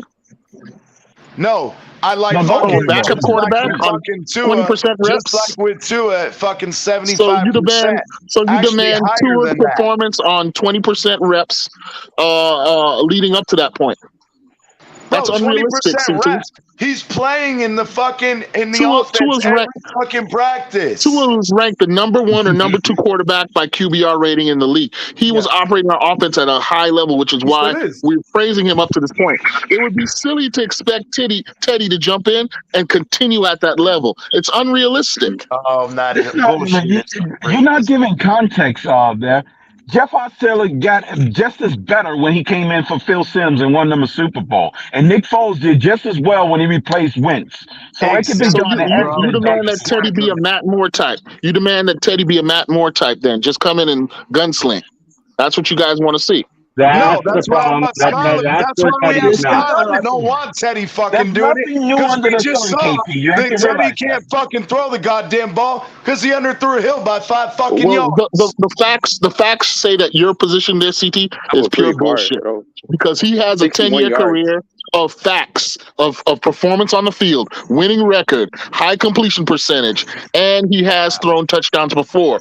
Prior to your suggestion. And that's fine. Here's what you fail to realize, bro, and you guys don't understand. Again, he's another fucking year older. He's another fucking year older, and every fucking year at his age, his play is declining. That may be true, CT, but we got to see that to confirm it. What were his numbers here in New Orleans? So we're going to risk losing shit on TV. Just because we need to honor the veteranness in him? No. Yeah, but he's coming. That's not what I'm saying. That's what I'm saying. Go ahead. Sorry, Irvin. Go ahead. I was just saying that he's not coming into a situation where he's a quarterback 1 where he's starting for a team for a whole season. He's just coming up as a backup quarterback. We just need him for a limited time. And in the past, he's proven very effective in limited time. I mean, he was 5-0 when he covered for an injury. Yeah, he did that with a Hall of Fame coach. Right, on a team like Drew Brees, on a team that Drew Brees had fucking multiple good weapons. Oh wait, the Dolphins have multiple good fucking weapons, so he should be playing well, according to y'all's fucking logic. AP's logic in this. Yeah, Batman. New Orleans has had what? Sean Payton is one of the coaching gurus. Yeah, but they did have a good run game. On offense? They did have a badass running back though. They did have. Yeah, but what were his numbers last year? Bridgewater. In that 5 games? I think it was 7 games, wasn't it? They also had a great offensive line in New Orleans when he went 5-0. Yeah, right, but hold up. What were his numbers? What were his numbers? They were stopped. I know his numbers top of my head. Todd, he was just average. I think he had 9 touchdowns in 7 games. If McDaniel and the front office had made the decision to go with Skyler. Michael Thomas was hurt. They had a better line, offensive line, Color. Offensive line. Really? Then why aren't you all New Orleans fans? They did. They have Pro Bowlers on there. You're going to sit here and tell me all offseason that we got a super team, but somehow that Teddy can't operate that. Who's saying that he can't? All of them should be able to, Color. That's the point. No, it's just every time somebody points out the accomplishment, hey, get it down like it's nothing. He went 5-0 in the league. It's the only policy we should take. Oh, he did this and that. Oh, it's because of this and that in New Orleans. Okay, well, guess what? Then you must think we're trash or something. According to if McDaniel and the front office ended up making this decision, according to his backup record, we should see at least 4 wins out of him. Yes. Hey, Color. Technically, in theory, that's in theory. Hey, Color. Find some way to shit on that too. Look at all the weapons he had in New Orleans. He has Look weapons. Look at the offensive line in New Orleans. But they did have a Color. run game. They did have a hell of a run game. Color. I swear, you all hate more than Pete. Wait a minute. So Skyler doesn't have access to those same weapons? Hey, Color. Hey, Color. Skyler doesn't have access to it? Hey, Color. That's not what nobody. I never said Skyler couldn't do it. Hey, Color. Not you, or those who say that that's a bad insurance policy. Well, those who say that's are good dumb. insurance. Hey, Color. I'd rather have the guy that can do it and has the experience. I don't think Listen, anybody is saying. Color. Hold on, real quick. I don't think anybody here is saying Teddy can't do it. Why are we even having this conversation? He's the guy. Okay, but we're having a conversation. Lewis brought it up. When we lose 42-10 to the Jets, we're gonna have long faces. I don't think anybody's arguing that Skyler can't do it. It's about the proper procedure of how to get Skyler in the game. That's where we disagree. Because guys, you're not putting Skyler in the proper context. Skyler represents a sea change, not just for this game, but for our entire direction as a team going forward. If we go with Skyler and skip over Teddy, we're closing the door on Tua as well. Yeah, and then what happens is Skyler. Oh, wait a minute, hold on. Kahari brings up a good point. We're not taking nothing away from Tua. No, Kahari brings up a good point. And Lewis, to your credit, you actually had it backwards earlier. Okay, if we go to Skyler right now and he flops, are we going to go to Teddy, a guy we just said a 7th round? I brought that up earlier. I said the minute you pass Teddy up, he's out. And then what if Teddy flops at that point? Do we go no, back to I agree with you, Carl. That's why I said Teddy has to start. I said Teddy has to start, but it depends on how he plays. Todd is solid on his take. We just disagree on the length of time for Teddy. Exactly. But I'm with Todd on that. I actually am with Todd. Kahari, I disagree with you. I think the leash should be very short because I don't want to. There shouldn't be a leash though. And if there's a hole, there shouldn't be a leash. To Lewis's point, if I give a leash, it's going to be one series. That's it. One series. I'm going to be accused of setting an expectation again. Not one quarter, one series. But if you guys believe that Skyler can do what you think he can do, then he should be able to erase a 15-point deficit at halftime against the Jets. Bottom line. If he can't do that, then he's not what you all think he is. There shouldn't be a leash, though. If you're going to go with Teddy, okay, that's fine, but I'm not predicting that. I'm just saying I didn't say it you happens. Color. I'm just saying that narrative that, well, he has a leash. Bro, why have a leash? Look, if you all think he's ready to play, then he's as great as we all assume he might be, then he should be able to erase whatever mistakes Teddy makes to get himself pulled out the game. And on top of that, you are insulting Mike McDaniel and the decision-making of this front office. If Teddy don't Currently, I would say that he will erase that deficit. He will erase that deficit in his sleep. If the deficit doesn't happen, then what the hell are we worried about? Forget Skyler. The problem is that we can't have it true on as both well. sides But of we're the talking argument. about the Jets. We can't have both sides of the argument, right? If you're everybody else that I want to get to 4-1. That's what I want to do. Everybody's preaching I don't for want to Teddy fuck that around with some brand new piece of equipment. I want to get to 4-1. Then we can fuck around with it. Right. The problem is with Teddy Bridgewater. The Dolphins was once 9-2, finished 9-7 before. Everybody's saying about a short leash. If he's the guy, he's going to be the guy. It's just a matter of time. Color. Lewis is trying to get a point. We're not trying to say he has a leash. At least I'm not. I know Lewis is not. He shouldn't have a leash at all. Like I want to. If Teddy takes his lumps in the game, I want to see him finish the game out. I want to see. We'll be in third place, guaranteed with that strategy. Guaranteed third place. No, but I'm talking about but the way you guys are making out Teddy is it's going to be a shit show. If that's the case, then pull him out at halftime. No one said it was going to be a shit show. Oh, really? No, well, really? Not up if here. it is, no one's saying that it will. But that's the scenario. All four of our bringing up quarterbacks the are fact capable that of It could be a he shit show lost after his one job to series. Sam Darnold. He lost his job to Sam Darnold. He I've lost said that. his job to Drew Lock. Why do we bring all that up if we don't expect a shit show? But again, he lost his job to Sam Darnold. Sam Darnold was deemed the franchise quarterback. I think all four of our quarterbacks he went 5-0 in relief. Color, let me ask you a question. Do you think all four quarterbacks that we have on this roster Sam Darnold couldn't stay on the field. Do you think they're capable of beating the Jets? All four of our quarterbacks. And now we're comparing the decisions of Mike McDaniel to whoever chose Sam Darnold over Bridgewater. I said we was going to lose this game no matter what. We're losing this game. We're crediting. Hold on. Exactly. So I don't care who's the quarterback. I'm still sticking my gun. Mike McDaniel's decision was foolish to go with Teddy because Matt Rue chose Sam Darnold over Teddy. Really? How'd that work out for Matt Rue? I think what Lewis is trying to argue, it's not about the leash color. What he's trying to say is that he wants to see what we know what we're going to get from Teddy. And I'm not saying I think Teddy could win this game, and he could win us a couple games too. He can man the ship. That's what he's known for. He can man the ship easily.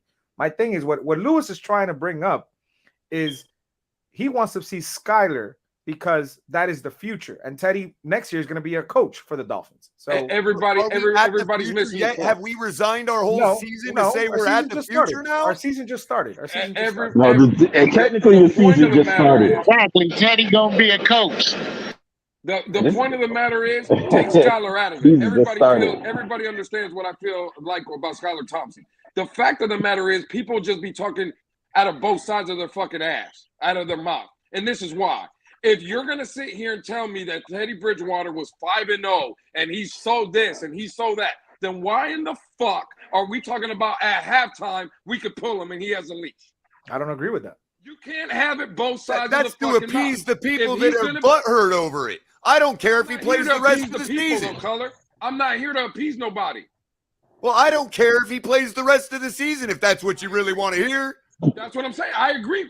But right there, Color, that's where I agree with you. I'm just saying we cannot keep coming out here and saying, oh, he went 5-0 and he's this and he's that. But then tell me at halftime if he's losing by 10, he has a short fucking leash. Okay, but what do you suggest I tell people that won't stop using the word trash to describe the motherfucker? What do you suggest I tell these people? I agree. I don't think anybody's no one on our team is trash. We got good depth. I wouldn't worry we talked about the Vikings game because we're not winning this Jets game. I get to the point where I say, fine, his leash is short. What else do you want me to say? I'm not going to have this argument for the next week. I don't think anybody up here has said today that Teddy's trash. Has anybody said it? Dude, really? No, not really. You know why? Because you didn't post it. Teddy trash. Just because you ain't looking at it doesn't mean it ain't being said. But is people in the comment section going to have their opinion, Color? I'm not saying I'm not saying they can't. I'm telling you what their opinion is. But I'm saying nobody. You're telling me I'm full of shit. Nobody up on the panel has said that. That's what I'm trying to tell you, Color. Bro, you all have been sitting here. What do you think dragged me up? You all have been sitting here arguing about the accomplishments of one Teddy Bridgewater for the last hour. Listen, oh my they God. They didn't call him trash while trashing him. They were trashing him. They just didn't call him trash. Figure out whether you all hate Teddy more or whether Pete hates Tua more. Right. Everybody's welcome, Ali, the person. Well, let's bring Pete up here to verify that.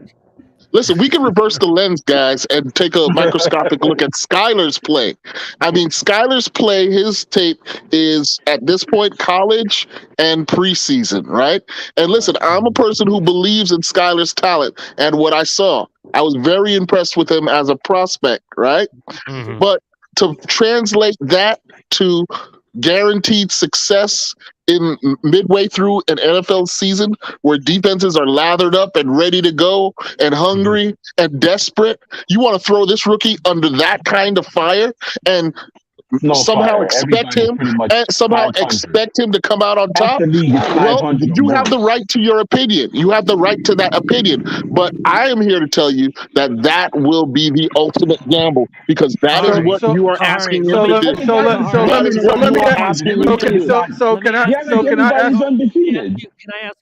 I ask a question? Okay, go ahead. Can I ask a question? Sure. The thing is this. We're contemplating whether we should put Skyler in as a rookie. We did it with Tua, coming off a bad hip. How smart was that? The guy had a bad hip. And that was a dumbass decision then. And they put him in, And he did not do bad. He did not do bad. He did okay. He kept us out of the playoffs. Many people argue that Fitzpatrick would have got us in the playoffs that first season. Thank you for making that point, Mountie Fence. They're just going to say that Skyler's ready to do that. And if that's the case, I'll say it like I've said it all summer. Then Skyler is better than Tua. Just say what you want to say. And then I'll also. Okay. Say it. You know that's what Skyler Thompson has played in a pro-style offense in Kansas State. That's Kansas State, not in the NFL. See, I ain't afraid to say it. Nor was I afraid to say it months ago. Because the window between Teddy and Tua is too small for Skyler. If he's better than Teddy, he's better than Tua. So I don't know if that's even a remotely fucking correct argument. When Tua was in the first 3 weeks of the season, he was number 1, 2, or 3 in QBR. So again, you guys can hear me, right? Yeah, I can hear you. Okay. Well, Skyler hasn't had a chance to be number 1. I'm talking about his arm. I want to know. I'm talking about dropping crossbody throws 45 yards into a basket. That's what I'm talking about. Tua can't do that. He did it though. He did it on video color. Crossbody? Okay. That Never part crossbody. No, not crossbody. Like it's a junior football. Well, here's my question. If Kahari is saying that it'd be dumb to throw him to the fire, right? That's what your stance was. Is that right? Did I understand that correctly? That's a simplification. I'm saying that there's a devaluation of Teddy's record up to this point that folks aren't considering. Here's my question. No, Color, please let me go. Color, I've been Color, please, Color. It was to Mounty's point about the rookiness. Okay. If you all don't think that Skyler will flop like Tua did, throwing him in as a rookie, then there again, another point that he's better than Tua. Go ahead, Ali. My question is, at what point, if you're saying we shouldn't throw him to the fire, what game is not fire this season? Well, see, it would take extra desperation at that point, which would be incurred with a 3-3 record, or maybe even a 3-2 record. I'm going to tell you right now, it doesn't matter who we play. I don't care if you guys all think that Detroit's just going to roll over. Let me tell you, Detroit is scoring more points than any other team in the NFL on average right now. 35 points a game, right? They lead the NFL in that. Chicago has an amazing defense, surprisingly, that can actually hold their own. Right. So at what point is not fired? Because every team this season. Let me paint a scenario for you, Ali. I've been trying to talk a lot. I'm sorry. I apologize. Let the man talk, man. Yeah. I just want to say every team is going to be fired. The Jets, in my opinion, and this is solely on my opinion, is the least of fire compared to the other games. That's all I'm saying. By the way, I'm going to interrupt Ali and say, hey, what's up, Ali? How you doing tonight? Yeah, what's up, Ali? Hopefully everything's going blessed, dude. Well, Ali, let me paint this picture for you, Ali. Let's say you're right, Ali. And Teddy takes us to 4-1. Are you still going to be as strong an advocate for Skyler to come in Pittsburgh? If Teddy wins this game at 4-1, do you still want Skyler in? Because it'll be the same situation that we're in right now. Yeah. There's no difference. 3-1, 4-1. Let's say we get to 5-1. Will you guys maintain your demand for Skyler at that point? But what if we're 3-2? Hold on. I'm going to flip that question. What if we're 3-2? Then it doesn't matter when we start. You're right. Well, that's what I've said. I've already answered that, Ali. I said if we go to 3-2, then the chorus for Skyler gets stronger. The argument for Skyler gets stronger. If we get to 3-3, then in my opinion, that's when you make the change. Hold on, everybody. Time out real quick. I want everybody. Let's welcome T-Berry. Is your first time here, T-Berry? Yeah, this is my first time on your show. What's up, everybody? Hey, welcome to the slaughterhouse, bro. Y'all working, man. Hey, listen, check this out. How long y'all think Tua gonna be out? 5 games. Realistically, a month. I'm saying he could be back from Minnesota.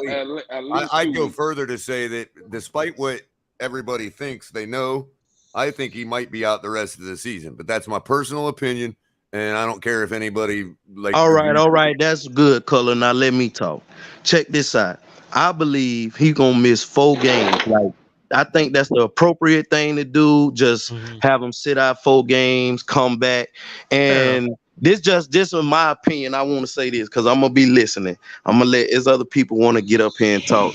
But check this out, right? I believe this gonna be the scenario because I'm a Dolphin big believer. I think we finna have 4 games with Teddy Bridgewater. He gonna go 50% and then Tua gonna come back with 9 games left. Win 6 of them motherfuckers. We gonna end up 11 and 6. What y'all think about that? I'm gonna get off. Y'all talk about it. No. Stay up here for a second. First off, Batman likes it when everything's full up here because he doesn't have to keep looking back for people to jump in. Yeah. Am I right, Batman? That's right. Number 2, when CT's up here, don't bring up dicks anymore. Wait, what? Wow. I'm gonna leave that one alone. I'm gonna leave that one alone. In that scenario where Terry just said that, though, in that scenario, Tua can't be the quarterback moving forward. If he misses again, it goes back. If he misses 4 to 5 games this season, moving forward, this will be the 3rd year in a row that he doesn't give us a full season. He's shown that he can't stay on the field. And our argument this whole offseason has been, is Tua Tagovailoa a franchise quarterback? There's nobody up here. Hey, Lewis. Going to sit I don't agree with that. Lewis. Listen. Let them talk, man, one at a damn time. CT and Todd, there's nobody up here that's going to sit here and tell me that you would feel comfortable with your franchise quarterback, that you would have to eventually start paying $35 to $40 million that's going to be missing 4 to 5 games a season. My only difference with that, bro, is y'all forget we got him on a contract for 4+1. He under our control as long as we want him to be. Therefore, he got 2 more years, 2.5 years as of right now to still prove that shit. You have to start building a team around him. That's the problem. See, with Skylar Thompson, hold on, Todd, real quick to answer that. The problem is that if you play Skylar Thompson, you have him on a rookie deal for 4 years. See, the problem is if you keep waiting on Tua will be going into his 4th year. That 5th year option with Tua being the 5th round pick is what, 20-something million? But Lewis, at that point, it'd be a bargain. At that point, it'd be a bargain, though. If he's playing well, it'd be a bargain. Let me ask you a question. Do you think the 49ers think paying Jimmy Garoppolo $28 million is a bargain when he misses 5 to 7 to 10 games a season? Do you think the 49ers but I know they're glad as fuck to have him right now. I bet you that. Who? 49ers. Yeah, they're happy to have him back. Yeah. Again, they're missing the point. You're not going to be comfortable paying a franchise quarterback $28 million that can't give you a full season. Lewis, I want to big you up, man. You've been ideologically consistent here. Listen, Lewis's position, hold on a second. We'll get to Lewis's position is ideologically sound because he is ready to move off from Tua. And if you are ready to move off from Tua, then yes, Skyler is the way to go because he is the future. I don't disagree with Lewis's position. Don't say it's clarified. I'm sorry. I do disagree with Lewis's position. I understand it. His position makes sense. What I'm saying is Kahari just provided proper context to what you're saying. Hey, Lewis, I can't. Now, listen, I'm not going to make it. Lewis, I'm not trying to move off of Tua. I know you ain't trying to, but you're fine with starting from scratch right now. Hey, Lewis, here's the thing. When we drafted him, his first year, when we drafted him, he wasn't going to. I didn't think he was going to start that year. So for him to get on the field, I thought was pretty. I didn't expect him to play 1 game that year, coming off the injury from college. That's where I was trying to argue with you about that point, Lewis. Is the first year, bro? That wasn't an injury issue. Now Flores took him out a couple times because Fitz knew the 2-minute offense better than Tua did. So that's one thing. So I don't consider that an injury issue. Now, where I was getting at with my question is, we've talked, and you've heard the other thing where, statistically speaking, it's a 2-week window that really gives you a really good gauge. Now, what happens if the NFL does want to try to play, I need to save my ass and hold them out? Are you going to hold that against Tua? Lewis? Again, I'm not holding nothing on against Tua. See, this is my problem. No, this is. I didn't say you did. I'm asking. Are you going to say? He's asking a hypothetical question. No, I'm not asking holding a that. hypothetical. If Tua's cleared to play and Tua wants to play, and the Miami Dolphins or it's the NFL, and they tell him they don't allow him, no, I'm not holding that on Tua. But I don't give a fuck what it is. Let's say he doesn't get cleared. Let's say he doesn't get cleared for the next 2 weeks, right? Let's say he's just not cleared to fucking play. The problem with our fucking fan base that I have a problem with is that the last 2 years, our team, our beloved team that everybody tells me they fucking love so much, has missed the playoffs by 1 fucking game. If your starting quarterback cannot be healthy to play on the fucking games, then he can't be the franchise quarterback. Whether it's his fault or not, that's right. If you guys want to go with that, then that's y'all's motherfucking problem. That ain't gonna be me. Exactly, Lewis. We haven't in history. We have never gone and said, "Oh, well, because we it's ain't not had a that player's franchise fault." quarterback since Dan Marino, though. So there it is. There. Because it's not their fault. They got it. No, it don't matter. Did y'all see Mike Gesicki press conference? He was naming every quarterback that he threw to over the since he been a rookie, and I mean it was. Oh no, you mean Tyreek? You mean Tyreek Hill? No, Mike Gesicki. He was naming all the quarterbacks he threw to over being a Miami Dolphin, and that shit was just crazy. Like every one of those names is winning start nowhere else. Probably wouldn't even be a backup. Like it's shit crazy. Only one name on the Tannehill was even worth mentioning. And let's be real, we all hate his ass for what he did to our franchise hey guys, for 7 years. I agree. Hey guys, just to change up the topic for a second, how did you love seeing Tyreek Hill have more receiving yards than the entire Chicago Bears team?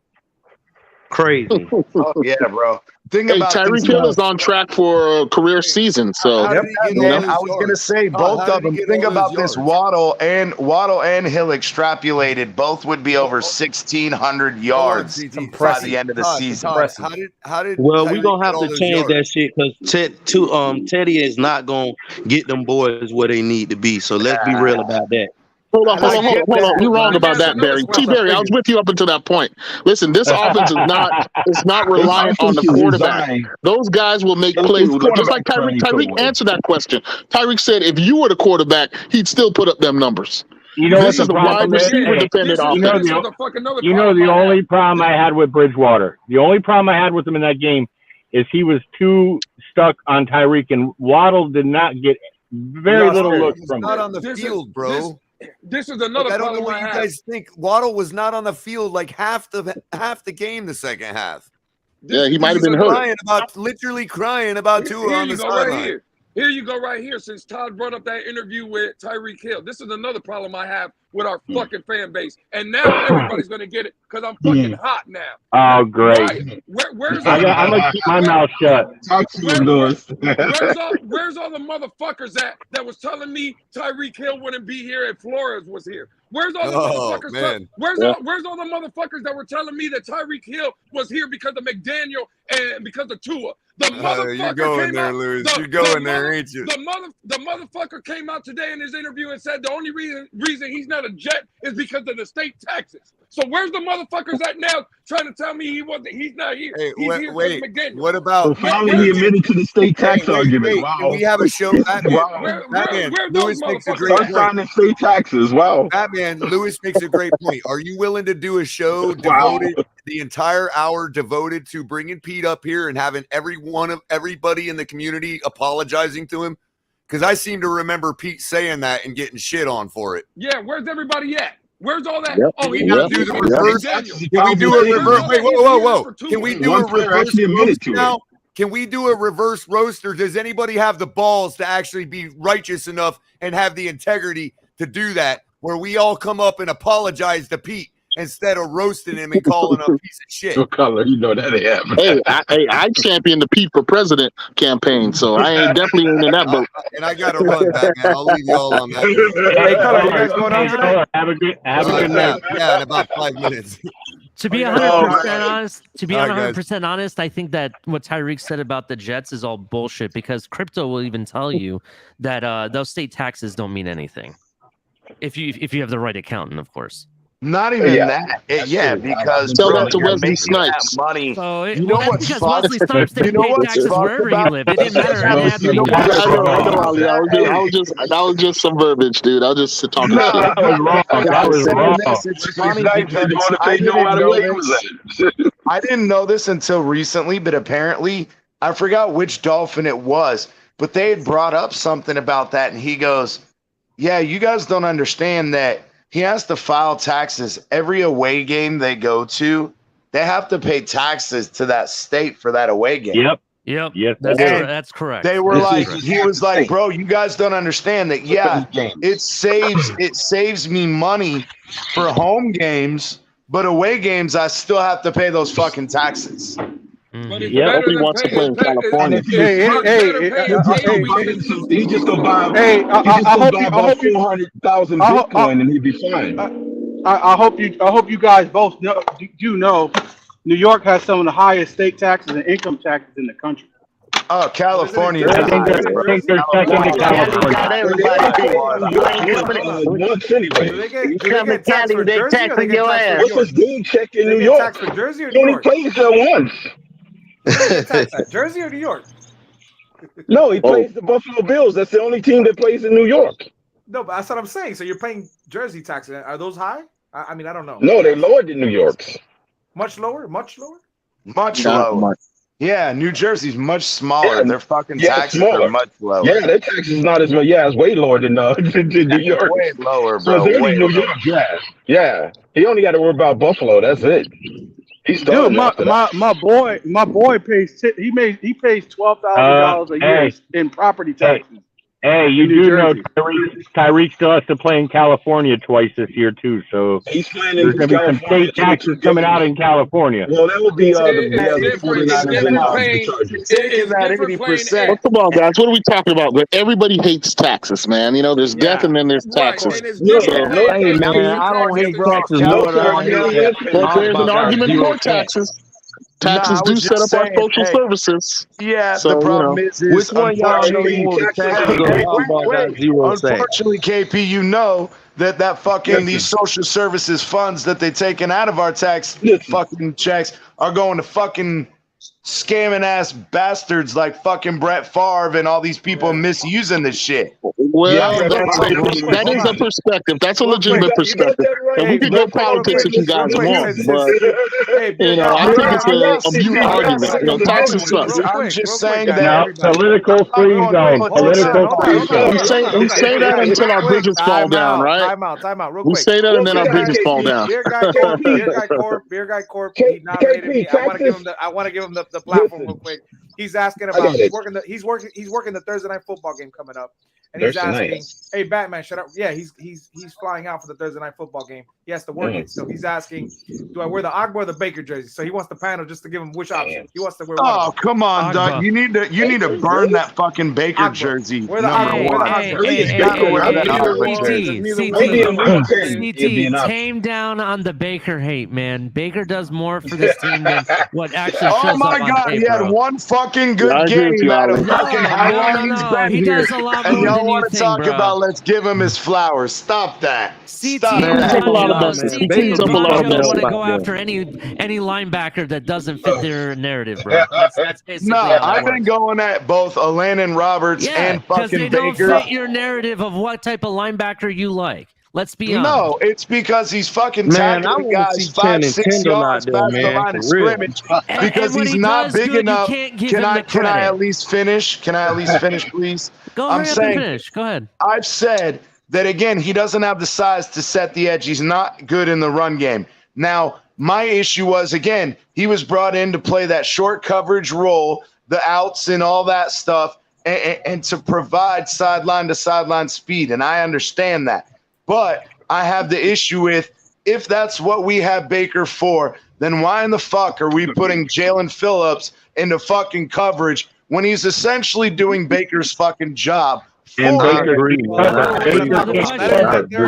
That is the third topic. That is the third topic we're going to bring up. Does anybody want to finish this topic? Because I'm going to get into the defense. Yeah. So the question is, whose fault is that? Is that really Baker's fault or is that Boyer's fault? My problem is Baker can't cover.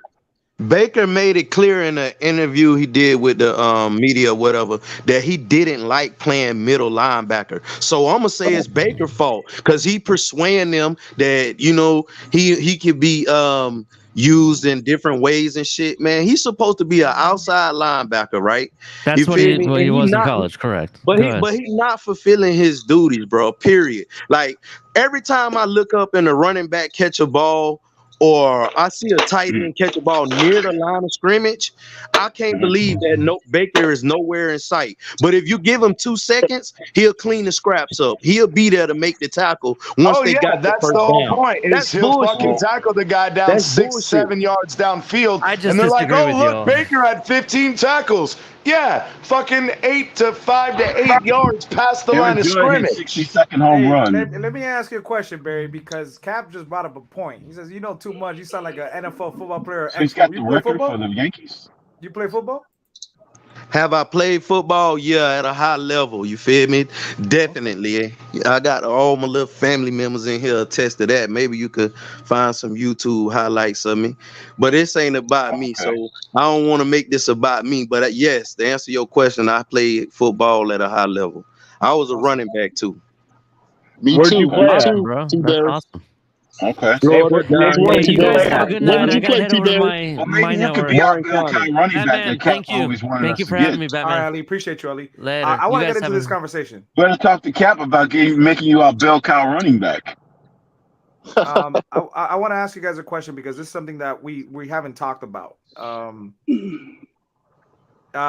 Byron Jones, he's eligible to come back for this Jets game. Obviously, we brought it up many times about he might take week 6, maybe week 7. Oh my God, Batman, you're gonna get me hot like Lewis talking about Byron Jones. I know. But it needs to be said because X, he had that lingering injury with the groin going in from the Buffalo game and going into this game, and then he re-aggravated the injury. We understand, groin injuries are not fun and they can linger for a long time if you don't give it the proper rest it needs. Now, that being said, everybody's different. Everybody's different. So I brought something up yesterday, and I want to see what you guys think about it. So obviously, Byron Jones is eligible to come back. He started practicing with the team. I think he was practicing on game day on Thursday on the field, and he was catching balls. He was doing drills, and he practiced, I think, on Monday. Now, that being said, I would let this is, you might think I'm crazy, but this is just my opinion. I'm not trying to disrespect the New York Jets receivers. I'm not, okay? I'm not doing that. What I'm saying simply is this. I'm looking long term. Groin injuries are serious. I would sit X this game. And I know that we need a veteran leadership out there because we saw what happened in the Cincinnati game. Once X was still on the field and we were getting torched, but it really looked bad when X went down. Now, that being said, I understand we got Cater Kohu, we got Crossing, we got Nick Needham. We got guys that can show out, that can come and play. My question is, would you be down to sit down Byron and X, at least for this game, and then that way they could both come healthy for the next? Would you do that? Ooh.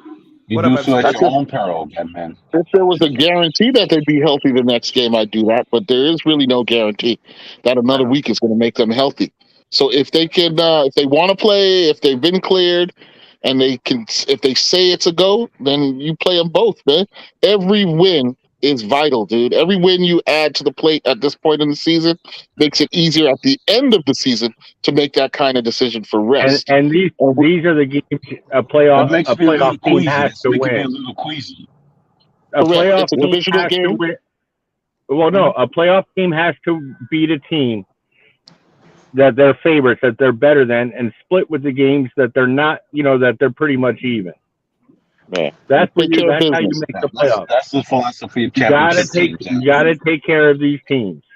That's Let me right. welcome Yeah. MCJB and Beer Guy. What's going on? Here's where the problem in lies. And I warned you, Batman, and I'm just letting you know. So this bullshit pissing me the fuck off with Byron Jones at this point. I don't know. Maybe you heard something I didn't, but Mike McDaniel in his press conference yesterday, he was asked if Byron Jones was going to be taken off the PUP list this week, implying that he hasn't been brought off the PUP list. Not yet. Mike McDaniel said, yes, they planned on doing it sometime midweek. So I don't know They asked if he was ready to practice. So that tells me he hasn't been taken off the PUP and hasn't practiced yet. But he has been running. Got till tomorrow then if it's midweek. It was light, but he practiced. Supposedly he practiced Monday. If I'm wrong, Well, it says here the exact question: is Byron Jones ready to practice, and is he going to come off the PUP this week? He said yes. So we're finding things out probably midweek whether we'll bring him back or not. A little too early to tell with various things going on. That was his answer, and that was yesterday. This week, he said yes. Somebody got to mute the YouTube. Yeah, it sounds like he's stealing money. I think he'll be good. No, I'm not saying that. I'm saying at this point, if you're not willing to activate him off the PUP, either y'all fucking lied to us ridiculously in the fucking off season because you said he was going to be ready by the season. Then you said it was going to be 4 games, and now wait, we're going to continue this. And at this point, it's a huge issue when Howard has the growing injury, and you're correct, bro. Growing injuries suck, dude. They are fucking to deal with. I've had one. They're no fun on or off the field. It could take it could take 2 to 4 weeks for it to fully heal. The issue is its tolerance of pain and the awkwardness of it is what determines whether you're going to play with it or not. And now, at this point, I would agree with sitting Howard to your question, Batman. But the issue is, if we don't have Byron and Howard, we're in fucking trouble. Something's rotten in Denmark. I tell you that much. Yeah, somebody got to mute. Somebody got to mute YouTube. Mute the YouTube. Somebody has to mute the YouTube. Yeah, somebody has to echo on. I believe we should play Byron if he healthy. I mean, he should be playing. They said he was going to be back by week 1 to somebody else's point. So, they took a precaution. They kept him out 4 weeks. He'll be back. He'll be playing. But as far as X, I think just for how much money we just gave this bid, we need to sit him and let him rest 1 game. That'll be like 20 days of rest. And that'll be 17 days.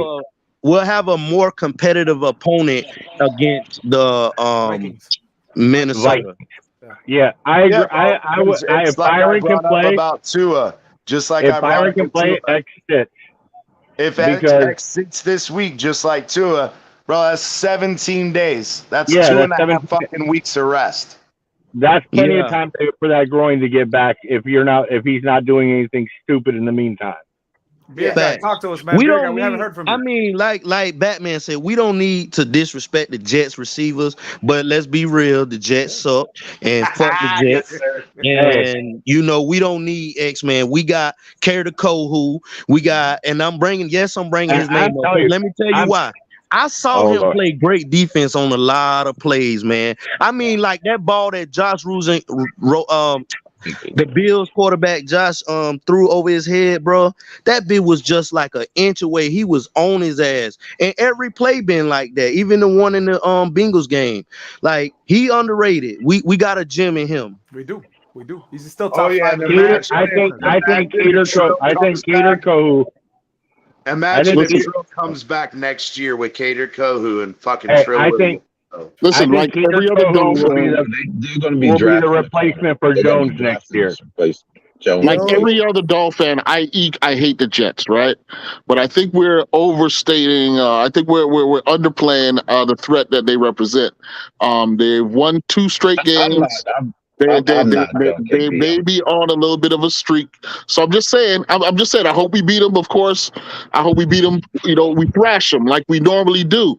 But this Jets team may be building up a little bit of momentum. Yeah, I give them respect, but man, it's still Jets suck. Fuck that. Yeah, I feel it, but I think that again, and it was it was brought up earlier that bro, Teddy should be able to beat the Jets. Skyler should be able to easily beat the Jets. And I told you I'm in the opinion, bro, I don't see them sitting them longer than this 2 week period. You do realize if we beat the Jets, it's one game to hold down. It's one game to hold down. We beat the Jets. How long has it been since we've been 3-0 in the division after playing the division teams the first 3 times? That would be an excellent place to be. 2016. No, it was 8.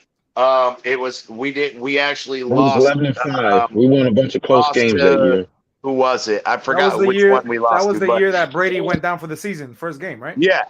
Brady went down the first year with the ankle. That was when we won that. That has it. Yeah, that was a long fucking time Dude, ago. that's a long time ago, man. 14 years. Isn't it sweet? We're going to be running the division. Well, hold on. No, don't count the chickens yet. No. Yeah. I don't do that. Yeah. I don't do that. I feel That's what I'm I feel saying. like we have a great chance to win this game, but I don't want to say we're already making us 4-1. I don't want to do that because that's how we look silly later, Todd. Listen, our And offensive line play is going to be critical this game. I agree. Yes. And no, their Eichenberg better step and the our fuck D-line, up. our D-line better show up because from what I've heard, Correct. they're on their 4th-string left tackle, so that Right. means we gotta eat. Hey, That's the same thing I and said. I will say this. That's I the will biggest say this. point right The there. Jets have some solid running backs. They do. The Yeah, Jets really have some solid. Which And you know scares what? You know what me worries fucking me about that? And Roberts. One of the Hey, you guys know what? said, Hey, you know. we covered You know it. what worries me? You know what worries me about the Jets running backs? They can both run and they can both catch out the backfield. But let's not forget what they did to us last year. If it wasn't for Raekwon Yeah, Michael Davis Carter injuring has been not been our best friend. Exactly. If it wasn't for Raekwon Davis injuring Carter last year in that game, he would have eaten us alive. He was eating up. And personally, and now they I got a rookie. They got the rookie that I wanted. Brees Hall. Yeah, I still think we should have drafted Everybody Brees Hall. wanted Brees. Everybody wanted him. Brees And Hall they, is eating I right think now. they got him just to spite us. Man, Kenneth Walker just sitting with the Seattle Seahawks rotting over there. They got all these other running backs ahead of him, man. Like, damn, who knows what he gonna be? Sean Kennedy balling out though, bro. I'm just saying, he's just sitting behind them rotting though. If this running game keeps up the way it is, if this running game is still the way it is at the end of the year, I'm telling you, we're going to go after that Texas running back because that man has vision for the whole. I'm telling you, I've said this shit so many goddamn times, and Todd, you and I talked about it privately. Bro, at this point, if we cannot get this run game going, put Zawhite in there, let the motherfucker run it down people's throats, and let's see what we can do next year. Because, bro, I get it. Eichenberg is the fucking weak link in this offensive line. And we talked about it last night on MC's is, bro, him pulling, he's absolutely terrible at pulling. But we don't need it. His feet is off. The whole point is. But we don't need a new guard. We just need to bring in a center and move our center back to guard. That's what we talked about. And I agree. But my whole point, though, is I feel like it's unfair to judge any of these fucking running backs when our offensive line can't pick up stunts and Eichenberg can't pull to save his fucking life. Little got pancaked on that one stunt. He just got destroyed. Oh, yeah, bro. And there's no communication whatsoever, bro. Eichenberg's defense, he's played tackle his whole career. So, I mean, I think he feels a little uncomfortable. Honestly, he doesn't have. Hold on, everybody. He doesn't have. MC said he's been shy. He's trying to talk. He's trying to say something. MC, say something, man. You're making me worried. Yo, what's going on? How we doing tonight? Pretty good. Hey, mute MCJB before he talks. Come on, man. Before he talks about the Braves winning. Braves suck. I know, mute him before. I knew that's what was going to happen. Get us out, Batman, right? Real quick. Kick him out and bring him back in. Just one time. Oh, shit. He did it to me on his show. He did it to me on his show. Hey, when I was talking shit about the Braves last night, he done kicked me out. So if he's coming to talk shit about him, you got to kick him out and bring him back in. Hey, listen, man, this serious. Hey, ever since I've been a Dolphin fan, right? This real shit. I think we had 5 offensive linemen that was like all first round picks. All them bitches were injury prone. My point, we ain't had a good offensive line since I've been a fan of the Dolphins. Since 2000, I ain't seen us have a good line. We had 1 year where we had a couple good seasons. 2017, the unicorn line. Our line was the that's what I say, the unicorn line. They only played 5 games. With the 5 games. The Wildcat line. We had a hell of an offensive line that year. Man, The that Wildcat. was just one hit year wonder shit. I'm talking about consistently, bro. Like every year we know that ain't gonna be the weak point of our team. Like every year we concern is we gonna get an offensive line. Thinking that Jake Long was gonna take us to the Super Bowl. Hey, consistently, it hasn't been good since What's up, Hey, it hasn't been consistently good since Richmond Webb and Keith Sims were holding it down. And I ain't never see them boys play a down. I did So, too. so my point is, bro, we really ain't getting that shit part. We need to get that part right, man, for once and for all, bro. Just like whoever the fucking best lineman You're never gonna have the Dallas Cowboys offensive line. We do have to give this offensive staff credit for all the shitstorm that we had in the last 2 years. Right now, our only glaring hole is left guard. So I think at least we can help give them credit in that. Of course, now great coaching. I will say yes. I still give them shit because they should have brought in a center, and we would add a fucking literally from left to right fucking set. Yeah. Now I want to agree with that, but our right tackle position is not solidified, man. I don't know why y'all keep saying that shit. Our right tackle position is not solidified. It ain't. Bro, y'all, so Greg stop Little saying is it. fucking Stop 5 saying that times it is. better It's than not. fucking Austin Jackson. Bro, But I will say Greg this, Little is Austin playing Jackson, 5 times better than fucking Austin Jackson. He's been better. We're not going to deny Period. it. You're not going to have 5-star recruits across the line. That's just unrealistic. I agree with the Eichenberg situation. Y'all need to stop this? it. I already said this. What happens when Austin Jackson comes back? Would you try him at left guard? I mean, I'd give him a shot. He played it last season, didn't he? He did.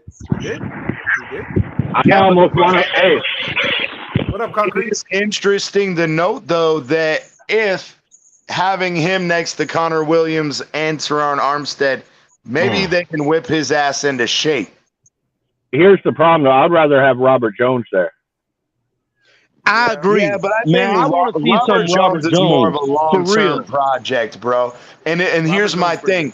Let fucking Jackson try at left guard, and if he sucks dick like he does at frickin' being a tackle, then we can fucking move Robert Jones over. You get what I'm saying? Here's the problem with Austin Jackson. For real. Austin Jackson has the same problem Eichenberg does. They don't have the core strength. No. Both of them have the issue with they have a hard time processing the game.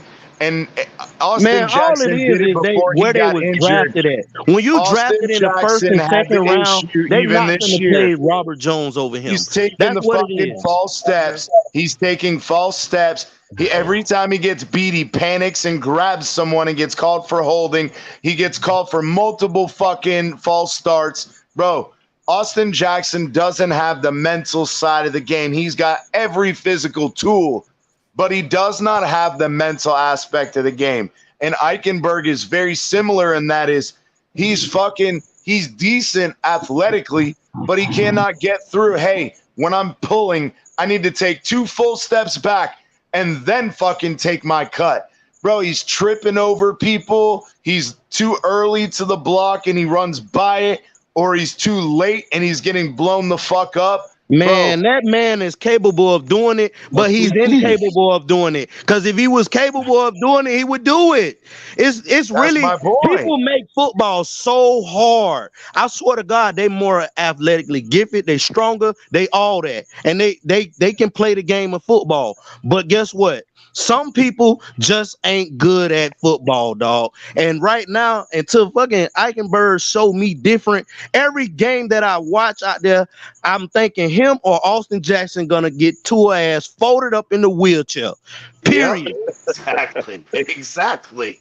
That's why. I'm upset is we went from fucking Jesse Davis to then putting Austin Jackson there, seeing what he did at left tackle the year before and how terrible he was. And then I agree with that. He was terrible. Let's put him onto his fucking blind side. Are you fucking crazy? I'm also a former running back, and I would rather have Robert Jones in front of me any day of the week. Exactly. Than either one. Any day of the week. Any day of the week. Because Robert Jones even went in at left.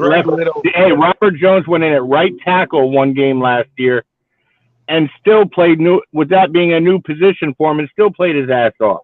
Yeah, he played his ass off, but then got injured in the second series in the second quarter. So we saw him for a quarter and maybe 3 minutes. So 15 minutes we saw him. And yes, he did play well in that limited time. But he is used to being a guard. You put him in at left guard between those two guys, I'm good with that. But we saw though with last year when he played tackle, I don't think unless they're going to make him make some dietary changes and workout changes, he doesn't have the weight to play guard. He just doesn't have the strength to do that. And I think that we have multiple issues with multiple guys with that same exact. I know y'all are going to kill me for this. I'd even choose Dieter at a guard spot. I'll try him. I mean, at this point, the way Eichenberg playing, not? Shit. Yeah, the way Eichenberg's playing, why? And the Dieter fuck did not? play. Dieter did play good at guard a couple years back. No. He played average. He didn't play good with the coaches and shit. He played average. It was average. But that was with average coaching. That was with average coaching. You got better coaching and better players around them. Which is why I think, again, Greg Little is one of the biggest surprises for me beyond, I mean, bro, he's number 2. Kader Kohu is the number 1 surprise. But dude, Kader Kohu is a way that Greg Little has played. Yes, he's gotten bowled over a few times. He's gotten beat on stunts a few times. Absolutely. But the fact that he held his own against literally one of the best fucking pass rushers in Von Miller this year, held his own, hurt his fucking hand, was out for 6 or 7 plays, and then fucking went back in with this fucking, I don't know if he dislocated a finger or what, but he was grabbing at his finger. He dislocated a finger. He did. That bitch back in, they taped that motherfucker up, and he was like, I'm ready to go, coach. Ready to go, coach. And guess what? He came in and still Miller. You gotta give him his credit for that. You guys want to laugh for a second? I'm gonna be funny real quick. I couldn't say this the other day, but let me just do this. Let me do this while I say this. Let me just stop the camera for a second. So the other day, while I was at work, I know it has nothing to do with it, but you guys brought up the name. Right across my lap, I got Michael Dieter's letter. Michael Dieter lives very close to where I work. Oh shit! Hey, we got to write him some letters, just not get you in trouble though. Yeah. Be like, hey, you need to go tell the coaching staff that Eichenberg sucks dick and that you want to play left guard for a game. Hey, we haven't heard from Concrete. Concrete, what's going on, man? Concrete, what's up, brother? What's going on, fellas? How y'all doing tonight? Pretty good. We're just going at it as usual, Slaughterhouse. Concrete. Oh yeah. Man, so how y'all feel about this Sunday game against the Jets? It's a must. I think it's a must win for us. Yeah, must win. Must win. It's the most important game of the season already in this short early season. Yep, we get to 4-1, 3-0 in the division, and now we can afford to gamble a little bit. Yeah. See, here's my thing. Command of the division, or we slide into the abyss. But I don't know if I agree with that, because here's my thing. The more I think about it, it would be interesting to see how Mike McDaniel handles it, because again, we know Tua's out at least this week.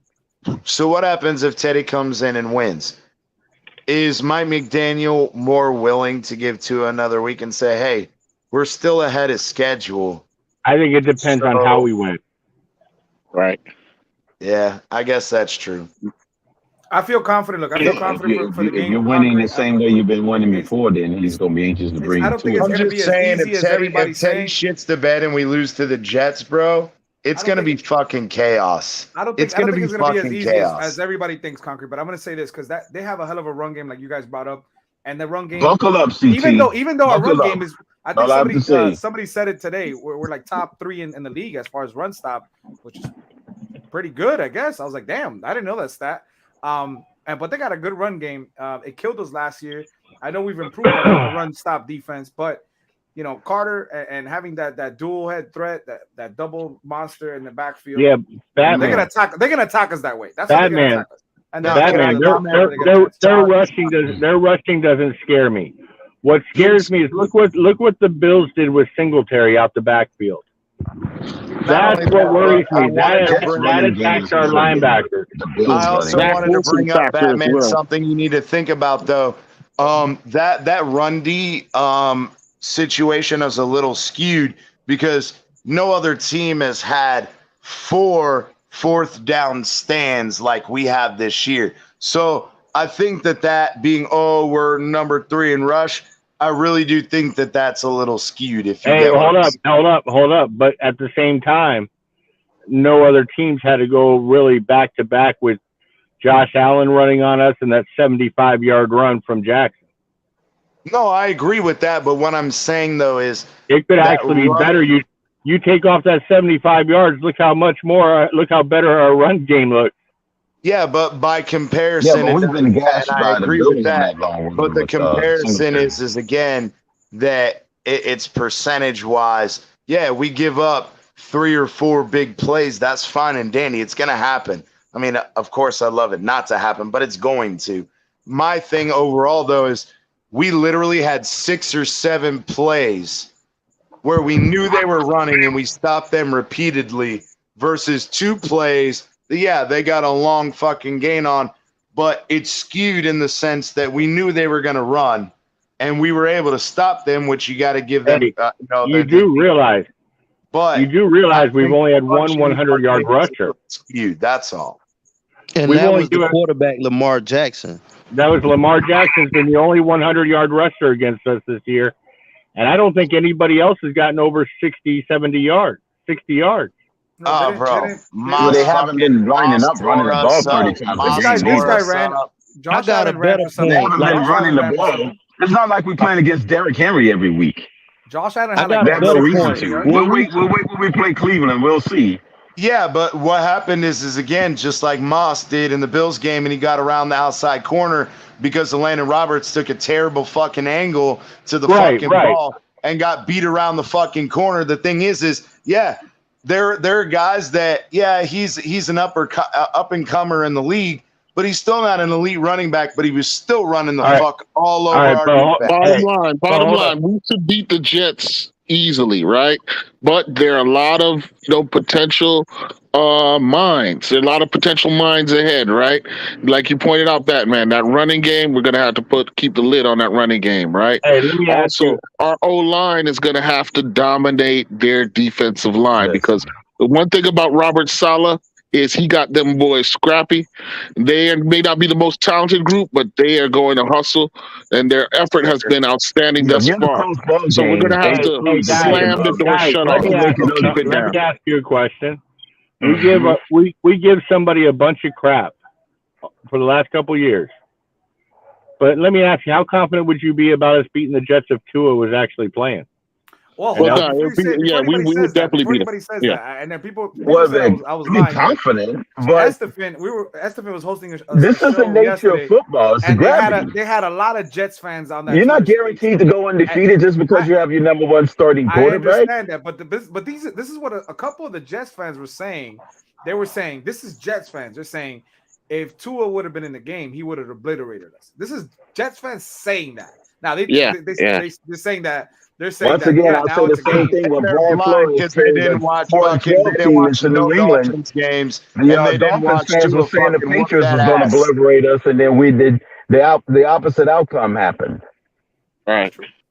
Yeah, but the problem is again, they didn't watch none of our Dolphins games. They didn't see how efficient and effective Tua was. They'd had no fucking idea because they weren't watching. That would be derelict of duty. Fucking lose. The point is, this game is not going to be no pushover. If the coaches are not watching, Jets are going to be scrappy. We got to beat this team. They ain't going to hand it to us. This is not the Jets teams of the past. This Jets team. Be prepared for going for fake punts, fake field goals, 4th down situations on their own side of the field. Be ready to play all 4 downs. So I got a question for the panel. Out of 1 to 10, how much do you trust Teddy Bridgewater to get the job done? On a scale of 1 to 10. 7. Oh hell. I'm gonna give I him would a say 7. I'm gonna give him a I 7. give him Hey, a can 7 in somebody Minnesota's repeat the game, and that's question? when I give him a 0.5. Damn. Hey, can somebody repeat the question? Because Concrete, you're a little low A for me. Can you say 0.5 in Scale this 1 through game 10. coming up, Scale 1 but through he'll 10. bounce back What against confidence do you Minnesota. have of Teddy I winning this can't game? hear nobody when everybody talking over Scale each 1 other. through 10. Scale 1 through 10. What confidence do you have of Teddy winning this game? Oh shit. Oh, Damn, Concrete, why you Listen, have to that's do why that? I said 1 to 10, not 1 to 5. I gave you a little Hey, room. concrete. I don't like you anymore, man. That's a hard question right now. Wiggle It's a room. That 7, ain't no Concrete. wiggle It's a room. 7, I'm being Concrete. Don't honest with you believe none of these other guys. suckers. You gotta give us like 100,000 so I can make the score look decent. Crypto said I'm gonna 0.5. go. Hey, I'm gonna go I'm with saying about a 7. I'm gonna go with a 7. our first 4 we was going to win, right? Like I said last year, right? And I ain't changing and I ain't moving off that square. Crypto said I 0.5. said this was going to be our first 0.5. loss, regardless of who was quarterbacking. That's what I said, What about and I'm everybody else? sticking to Lewis, it. Todd, what about you guys? Mountie, T-Berry, what do you give? 1 through 10 confidence of Actually, Teddy I winning? changed mine. 6.5. Okay. What about everybody else? I changed mine to 7.5. Okay, check me out, right? So what the question was again, Batman? 1 through 10, confidence in Teddy winning this game. Listen, man, it's gonna be a sale. Let me tell you, revenge tour. I think he gonna knock off the one game at a time. We're gonna start with the Jets, man.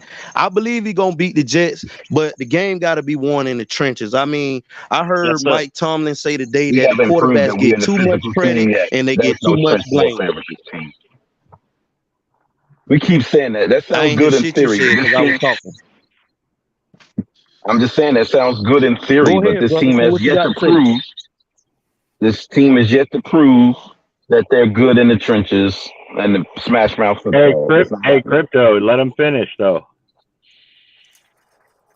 What do you I mean? was just trying to say he that. finished Like I talking. said, man, that's where the I game thought you has were to still be talking. won. I agree, but man, I don't know. It's going to be a chess match between two people who used to practice against each other every day. They know Two coaches. I want to steal my prediction out of Crypto's book. So Crypto loves 60-40. Oh Lord, you're going to be taken from Crypto now?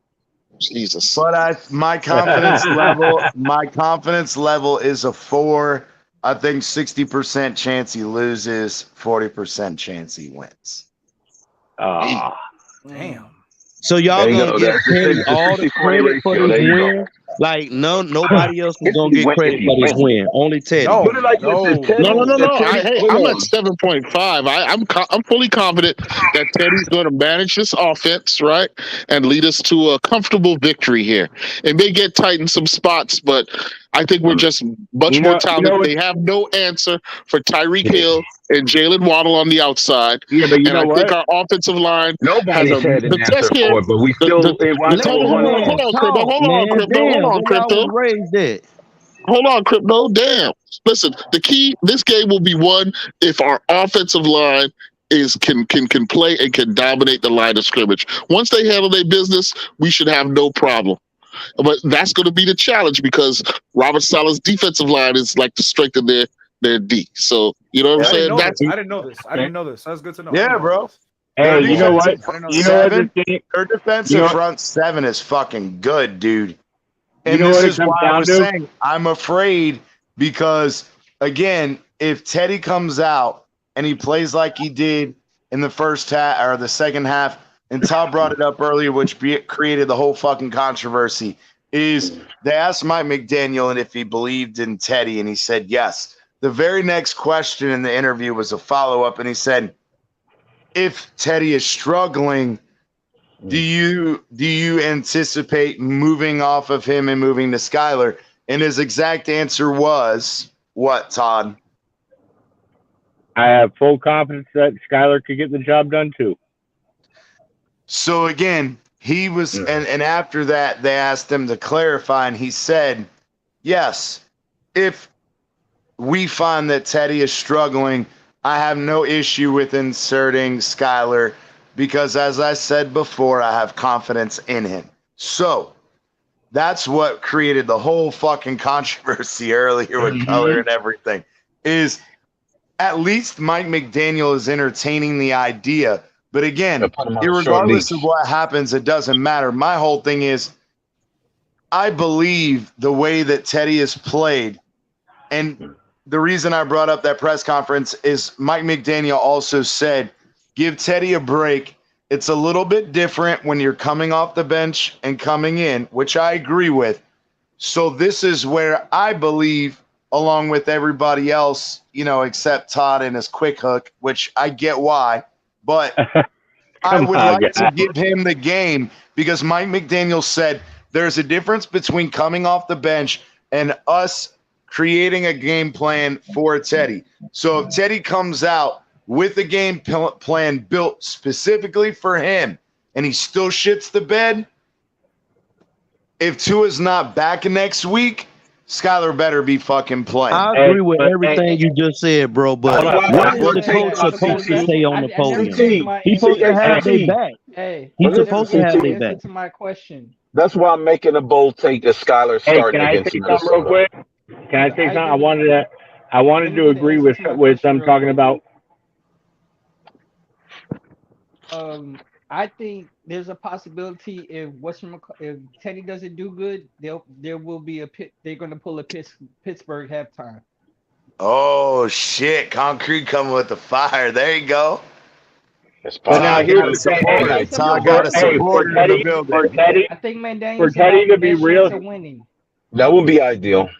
Hey, for Teddy to be real successful in this game, going back to what they said about winning in the trenches, we're going to have to run the ball and stay ahead of the sticks. We're not going to be able to get third and long all day. I think the focus on Teddy is misplaced. Teddy's success will, like you said, Todd, be totally tied to the ability of the team, the whole offensive scheme, and the performance of this offensive line and running game to support our approach going forward.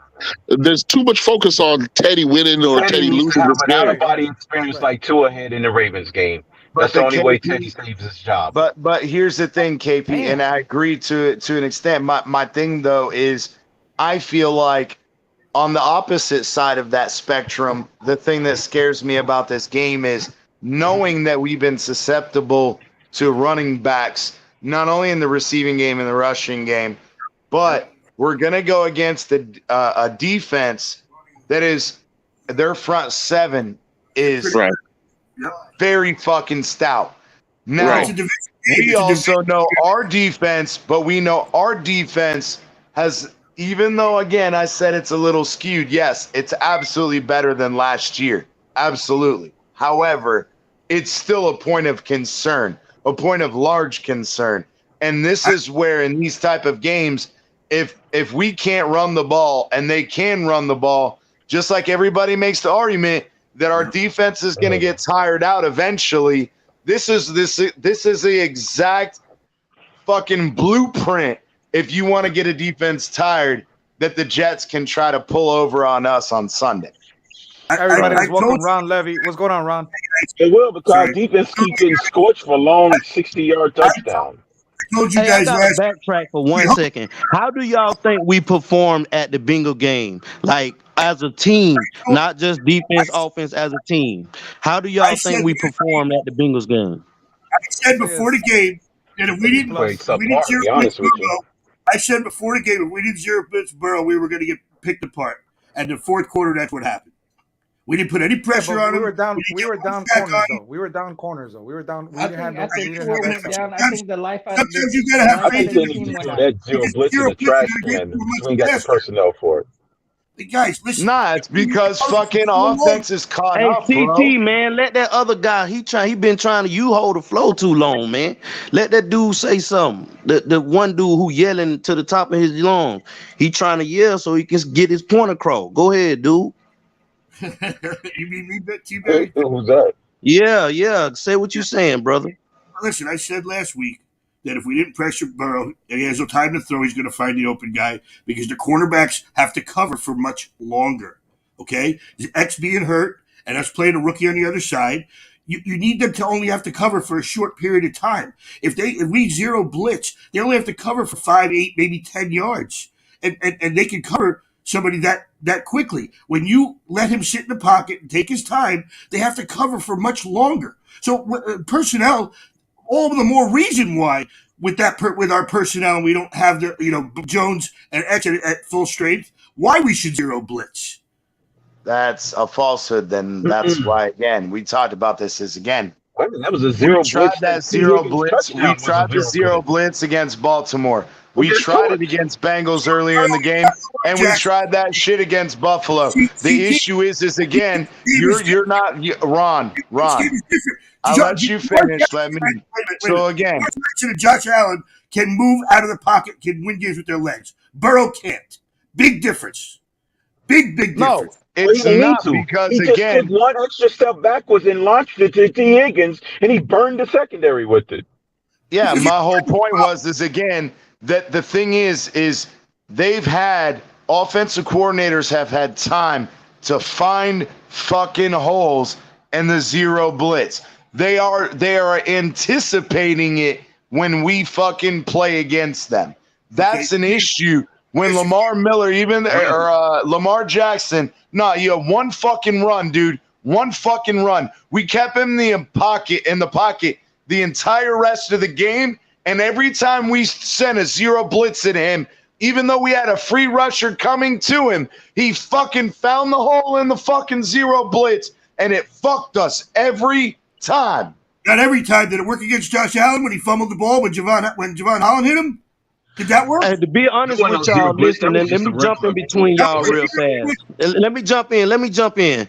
Both of y'all actually are correct. The shit work 50% of the time, 50% of the time it don't. And that's the problem with our defense, or that's the gift with our defense, however you choose to look at it. That shit works sometimes it don't. If we had better covering linebackers, that shit would make a total difference. So we don't have it. We got to work with what we got. I think that we're set in this. This is our defense. This is how we rock. Y'all gonna either beat us or we gonna beat y'all. I'm cool with that mindset because we need an identity, and as right now, that's the only identity we have. We know every play, bitch, we coming. We might not be coming, but it's gonna look that way. At least we have an identity on defense.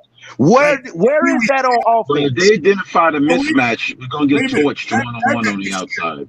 That's 50-50. That's 50-50. I got cornerbacks that can cover you for 5 seconds. I got Byron Jones and I got X. Look at this year's numbers. We've only blitzed 24% of the time. We're one of the worst pressure teams in the NFL. We have one of the lowest sack rates. Why do you think? It has to do a lot because of Byron Jones, though. It has to do a lot. It does. Byron Jones, man, y'all forgetting that. Y'all acting like the TV people now. Holland is not doing. Holland is not. I know he's getting to the quarterback, but he's not doing it as much as he did last year. He has to stay back because of Byron Jones not being there. He has to protect. Plus, we rely on turnovers. I agree with that, Batman. We even gotten turnovers in that game, so that was big. We relied on turnovers to put us on a short field so we can score. Okay, listen to me, though. You don't have to send everybody just because you show the zero blitz. They back out of it many times. But like T-Berry said, that's our identity. We're going away from our identity, and it's weakening our defense. If we show it and we don't, and sometimes we do it, sometimes we don't, the quarterback has no idea what's going on. I think it'll be better. Once we get Byron X back, it's going to look a lot like last year. It's going to look a lot like last year. I promise you, Ron. Once we get Byron back, if we show the same, we show the same a lineup, the same defensive set before the snap every single time, and sometimes we back out, sometimes we don't. They don't know what's coming. They can't know. But it's going to get better, Ron. They motion somebody to the opposite side, and they got a mismatch. When Byron and X are both on the field, I guarantee we're going to do it a whole lot more. I agree with you, Batman. I think y'all missing the point. Like, our defense is made for our corners. Like, our corners are very huge part of our defense, bro. With X being hurt with a growing issue, Byron not being there, that's like, I ain't gonna lie, to me, that's damn near 40% of our defense going. Because, you know what I mean? It is huge. For real. You have to trust sometimes that these younger players, if it's only for a short period of time, because our blitz is going to get there, that they can cover for a shorter period of time. They can't if the quarterback has time to survey the field and make the open throw. Look at X got beat by Rashad Bateman. Yep. Lamar had plenty of time to sit in the pocket and find the open guy. Yeah, and you're proving my point from earlier. Because I just looked up the stats. You are correct on our blitz percentage this year. Now, it says here that the blitz percentage based on the zero coverage look, whether we brought them or not, was on 14% of the snaps, okay? Right. So irregardless of whether they brought them or not, on those 14% of those snaps, 12% of those snaps, we got fucking beat on. So we have literally, out of the 18%, it succeeded for us 2% of the time. CT. Another factor that we haven't considered here is game flow. In our 4 games up to this point, we've been behind early. We've been in the trailing position, and that has affected the way we play defense. Right, we haven't been on top. Once we get on top, once we get a situation where we get on top of where we're in the lead, a touchdown, maybe double score, maybe more. Yeah. We will have a much different look on defense. So we got to wait and see if that will manifest. A coach got to be able to adapt to his personnel. Right now, we don't have X playing at 100%. We didn't have Byron Jones playing at all. That shit mattered, y'all. Don't overlook that, because when they both on the field, it's going to be hell for teams. Here's another thing that matters. We played against 2 of the most athletic quarterbacks in the league. Now you're not going against these guys. You have to, just like you said, you have to adapt. You have to adapt the game against the personnel you're playing. You have to know that you have either rookie quarterbacks, second-year quarterbacks who can't read defenses like Lamar and Josh Allen, okay, or can't run out of the pocket like Lamar and Josh Allen. I got a question for the panel there to follow that up. I got a question for the panel to follow that up, Ron. Go ahead, KP. My bad. Go ahead. I'm going to say, so what do you guys think about Zach Wilson and where he's at as a quarterback? Does he scare you? Does he scare you? I don't think so. He's a little bit of concern because he has a pretty good rating in his last 11 games. Man, if he was coming to Florida, I'd take my mom to church or something, because that day I wouldn't want my mama around. I know that. He has time to throw, just like any other NFL quarterback. He'll make the throw. Good one. He's got weapons. He's got weapons, guys. He's got. How about his athleticism? He's also injury prone. So right. Yeah, he's also injury prone. I remember we used to have a quarterback killing team, dog. I remember every game I knew a quarterback was finna get hurt or fucked up some kind of way playing our defense. Too bad our defensive line is not aggressive like that no more. Guys, here's the issue. Last year we lost our first 7 games until we went to the zero blitz. Okay, and I understand that we had Byron Jones, and they were both dinged up, whatever. But it just goes to show you, we won these games, but we barely won these games. Tua had to come back and win that game against Baltimore with the offense. We were lucky against Buffalo. Wait, hold on. Pump the brakes. Hold on. We led wire to wire in that Baltimore game. That was a wire to wire win. We never trailed in that Baltimore game last year. I'm not talking about last year. I'm talking about the first. I'm talking about our 0-7 run last year, and now this year. That's what I'm talking about. This year's Baltimore game, we were lucky to win because the offense had to win that game. We didn't stop them defensively, and then against Buffalo, we did stop them in the second half. We did stop them in the second half. They had 3 points in the second half. Turned around on top of John Harbaugh's and second bonehead decisions to go for it on 4th down when he shouldn't. Again, we won the game with our offense, okay? Yeah, but our defense stopping. 21 offensive points in a quarter when your fucking defense ain't getting you the ball back. So stop that bullshit. Okay, but I agree. But our defense is there when they give you the ball back on turnovers. Hold on. So they stopping them on 4th down 4 times. We should hope every game that our defense gives it up in the first half, but they show up in the second half. Come on, guys. No. It's not our defense. The offense came out and sucked dick in the first half of Baltimore, but oh wait, they came out in the second half and played great. But it's okay if fucking the offense does that bullshit but then you're gonna try to hate on the defense for doing the same shit. It's not okay. But I just remember last year when we weren't zero blitzing, we went 0-7. Okay, and now we beat two. We were never 0-7. We was 1-8. Okay, you know what I'm talking about. We that boy picking the argument. Go ahead. You know what I'm talking about. I'm out there. Peace to everyone. Peace, Tattle. See y'all on Sunday. And everybody kept asking.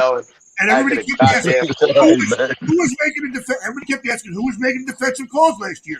Oh, well, Brian Flores took over after the 7th game, and all of a sudden we went on the winning streak, right? Isn't that what the big narrative was last year? Right. Because why didn't we zero blitz at the beginning of the year when we were losing all those games?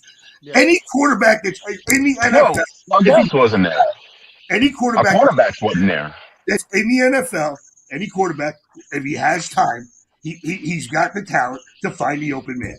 You can't give them time in this league. The biggest key. That's why we signed Melvin Ingram, right? We added pass rushers galore. But what you're missing, Ron, is the fact that last year, in the beginning of the year, Ron, let Freezer talk. Let Freezer talk, Ron. Let Freezer talk right quick. I'm sorry, man. Go ahead. Oh, that was me, Crypto.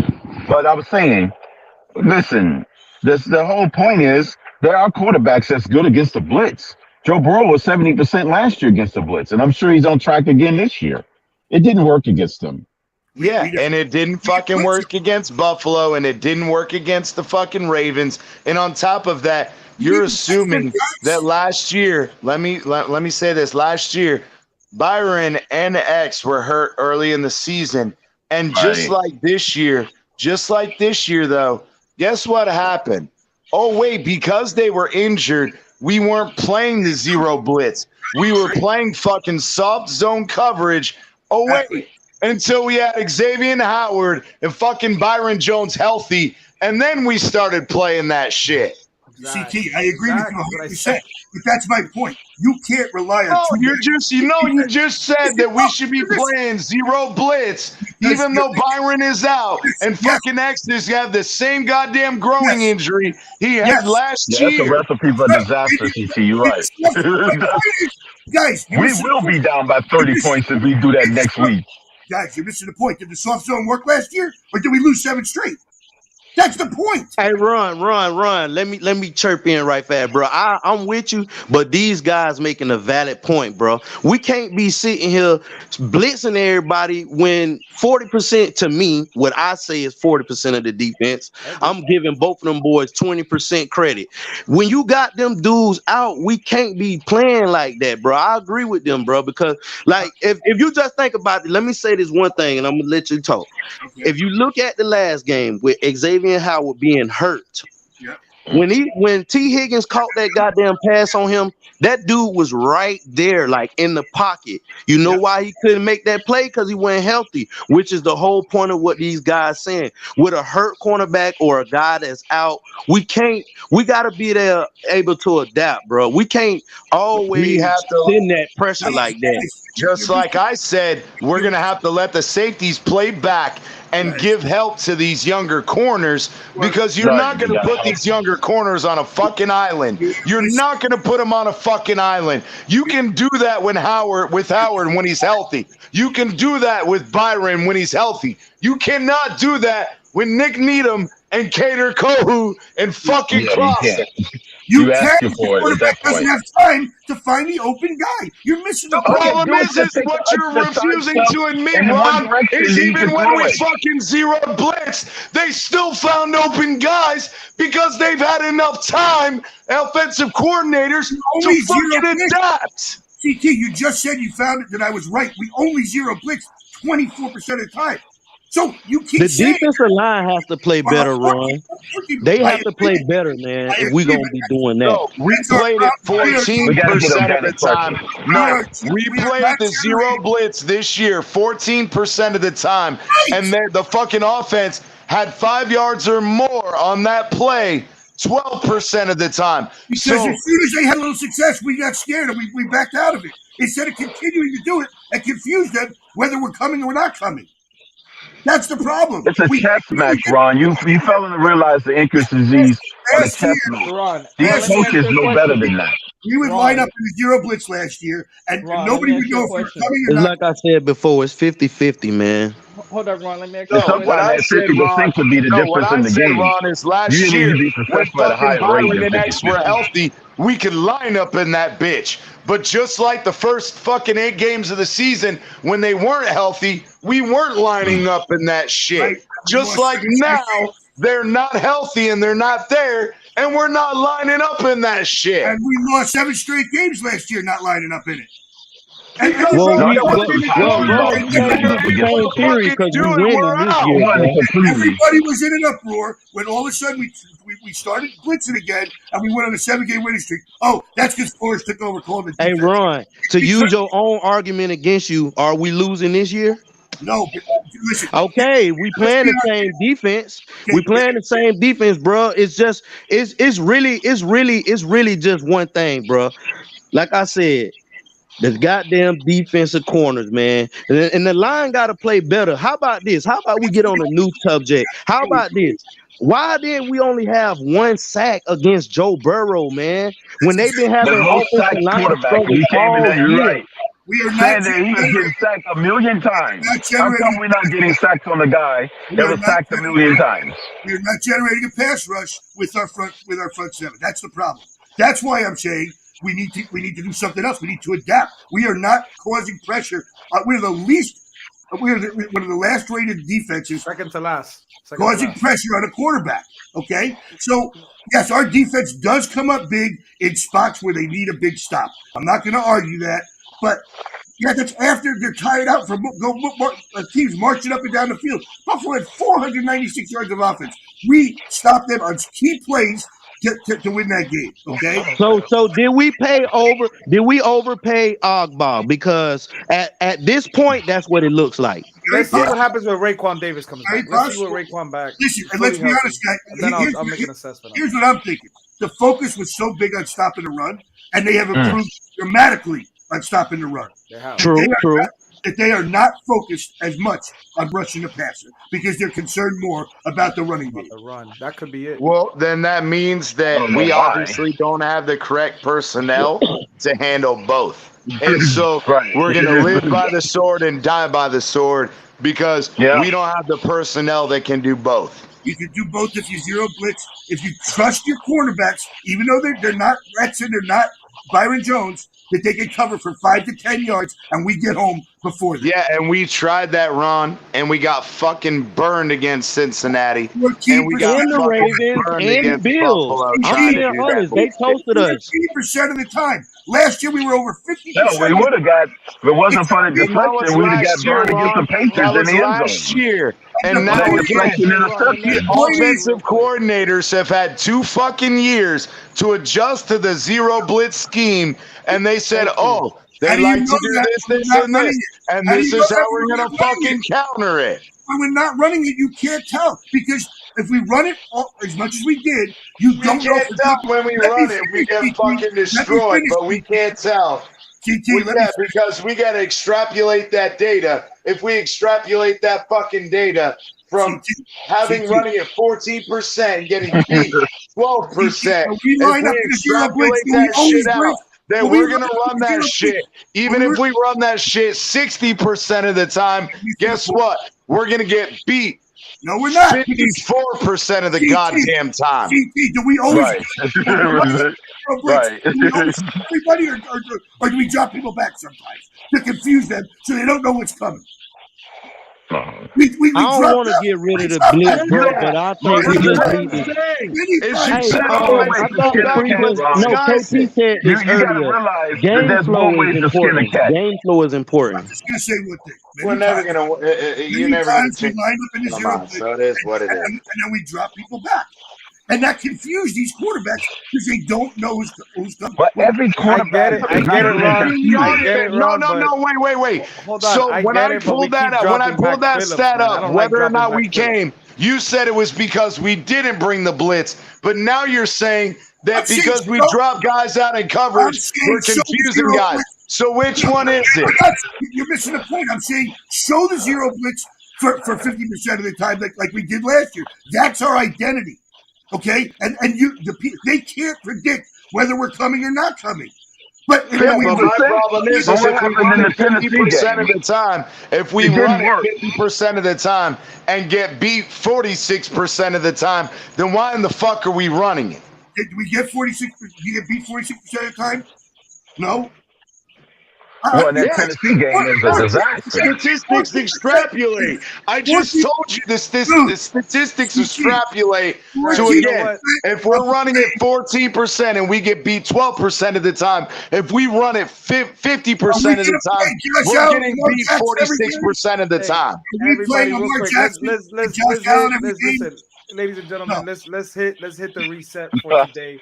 Let's hit the reset. Let's continue tomorrow. T-Berry, I know you haven't come here too often, but we do Monday through Friday. Tomorrow is bring your own booze, bring your own alcohol. We drink. Bring your own alcohol. We talk some Fins. It's around 8:30, between 8 and 8:30. I'm gonna go live. All right, bro. I'm gonna be back, man. Thanks for having me on. Y'all boys have a good one. Appreciate it. So everybody, man. Much love to everybody. Appreciate you, man. I know again, Twitter's trying to get me to get to MetLife Takeover. If I win those tickets, I'll be there. I'm looking forward to seeing you, Batman. I'll be awesome, man. I'll be awesome. Yeah. Like, hold on, wait. Is the freezer in New York or New Jersey? New Jersey, I'm here. No, the freezer. I'm talking about the freezer. He's in Maryland, Baltimore. I'm in Maryland. Man, I ain't gonna lie, bro. I've been sitting here thinking some of your comments been suspect. I believe you're a New York fan and a Miami fan. I swear to God, I'm thinking like, what this dude always against the shit? No, I'm just the realest. I've been a fan of the team since probably before you was born. The beer guy got hopped in at the end. Again, when we're going to lose a game, then everybody thinks we're going to win. Like I said last year against the Jaguars.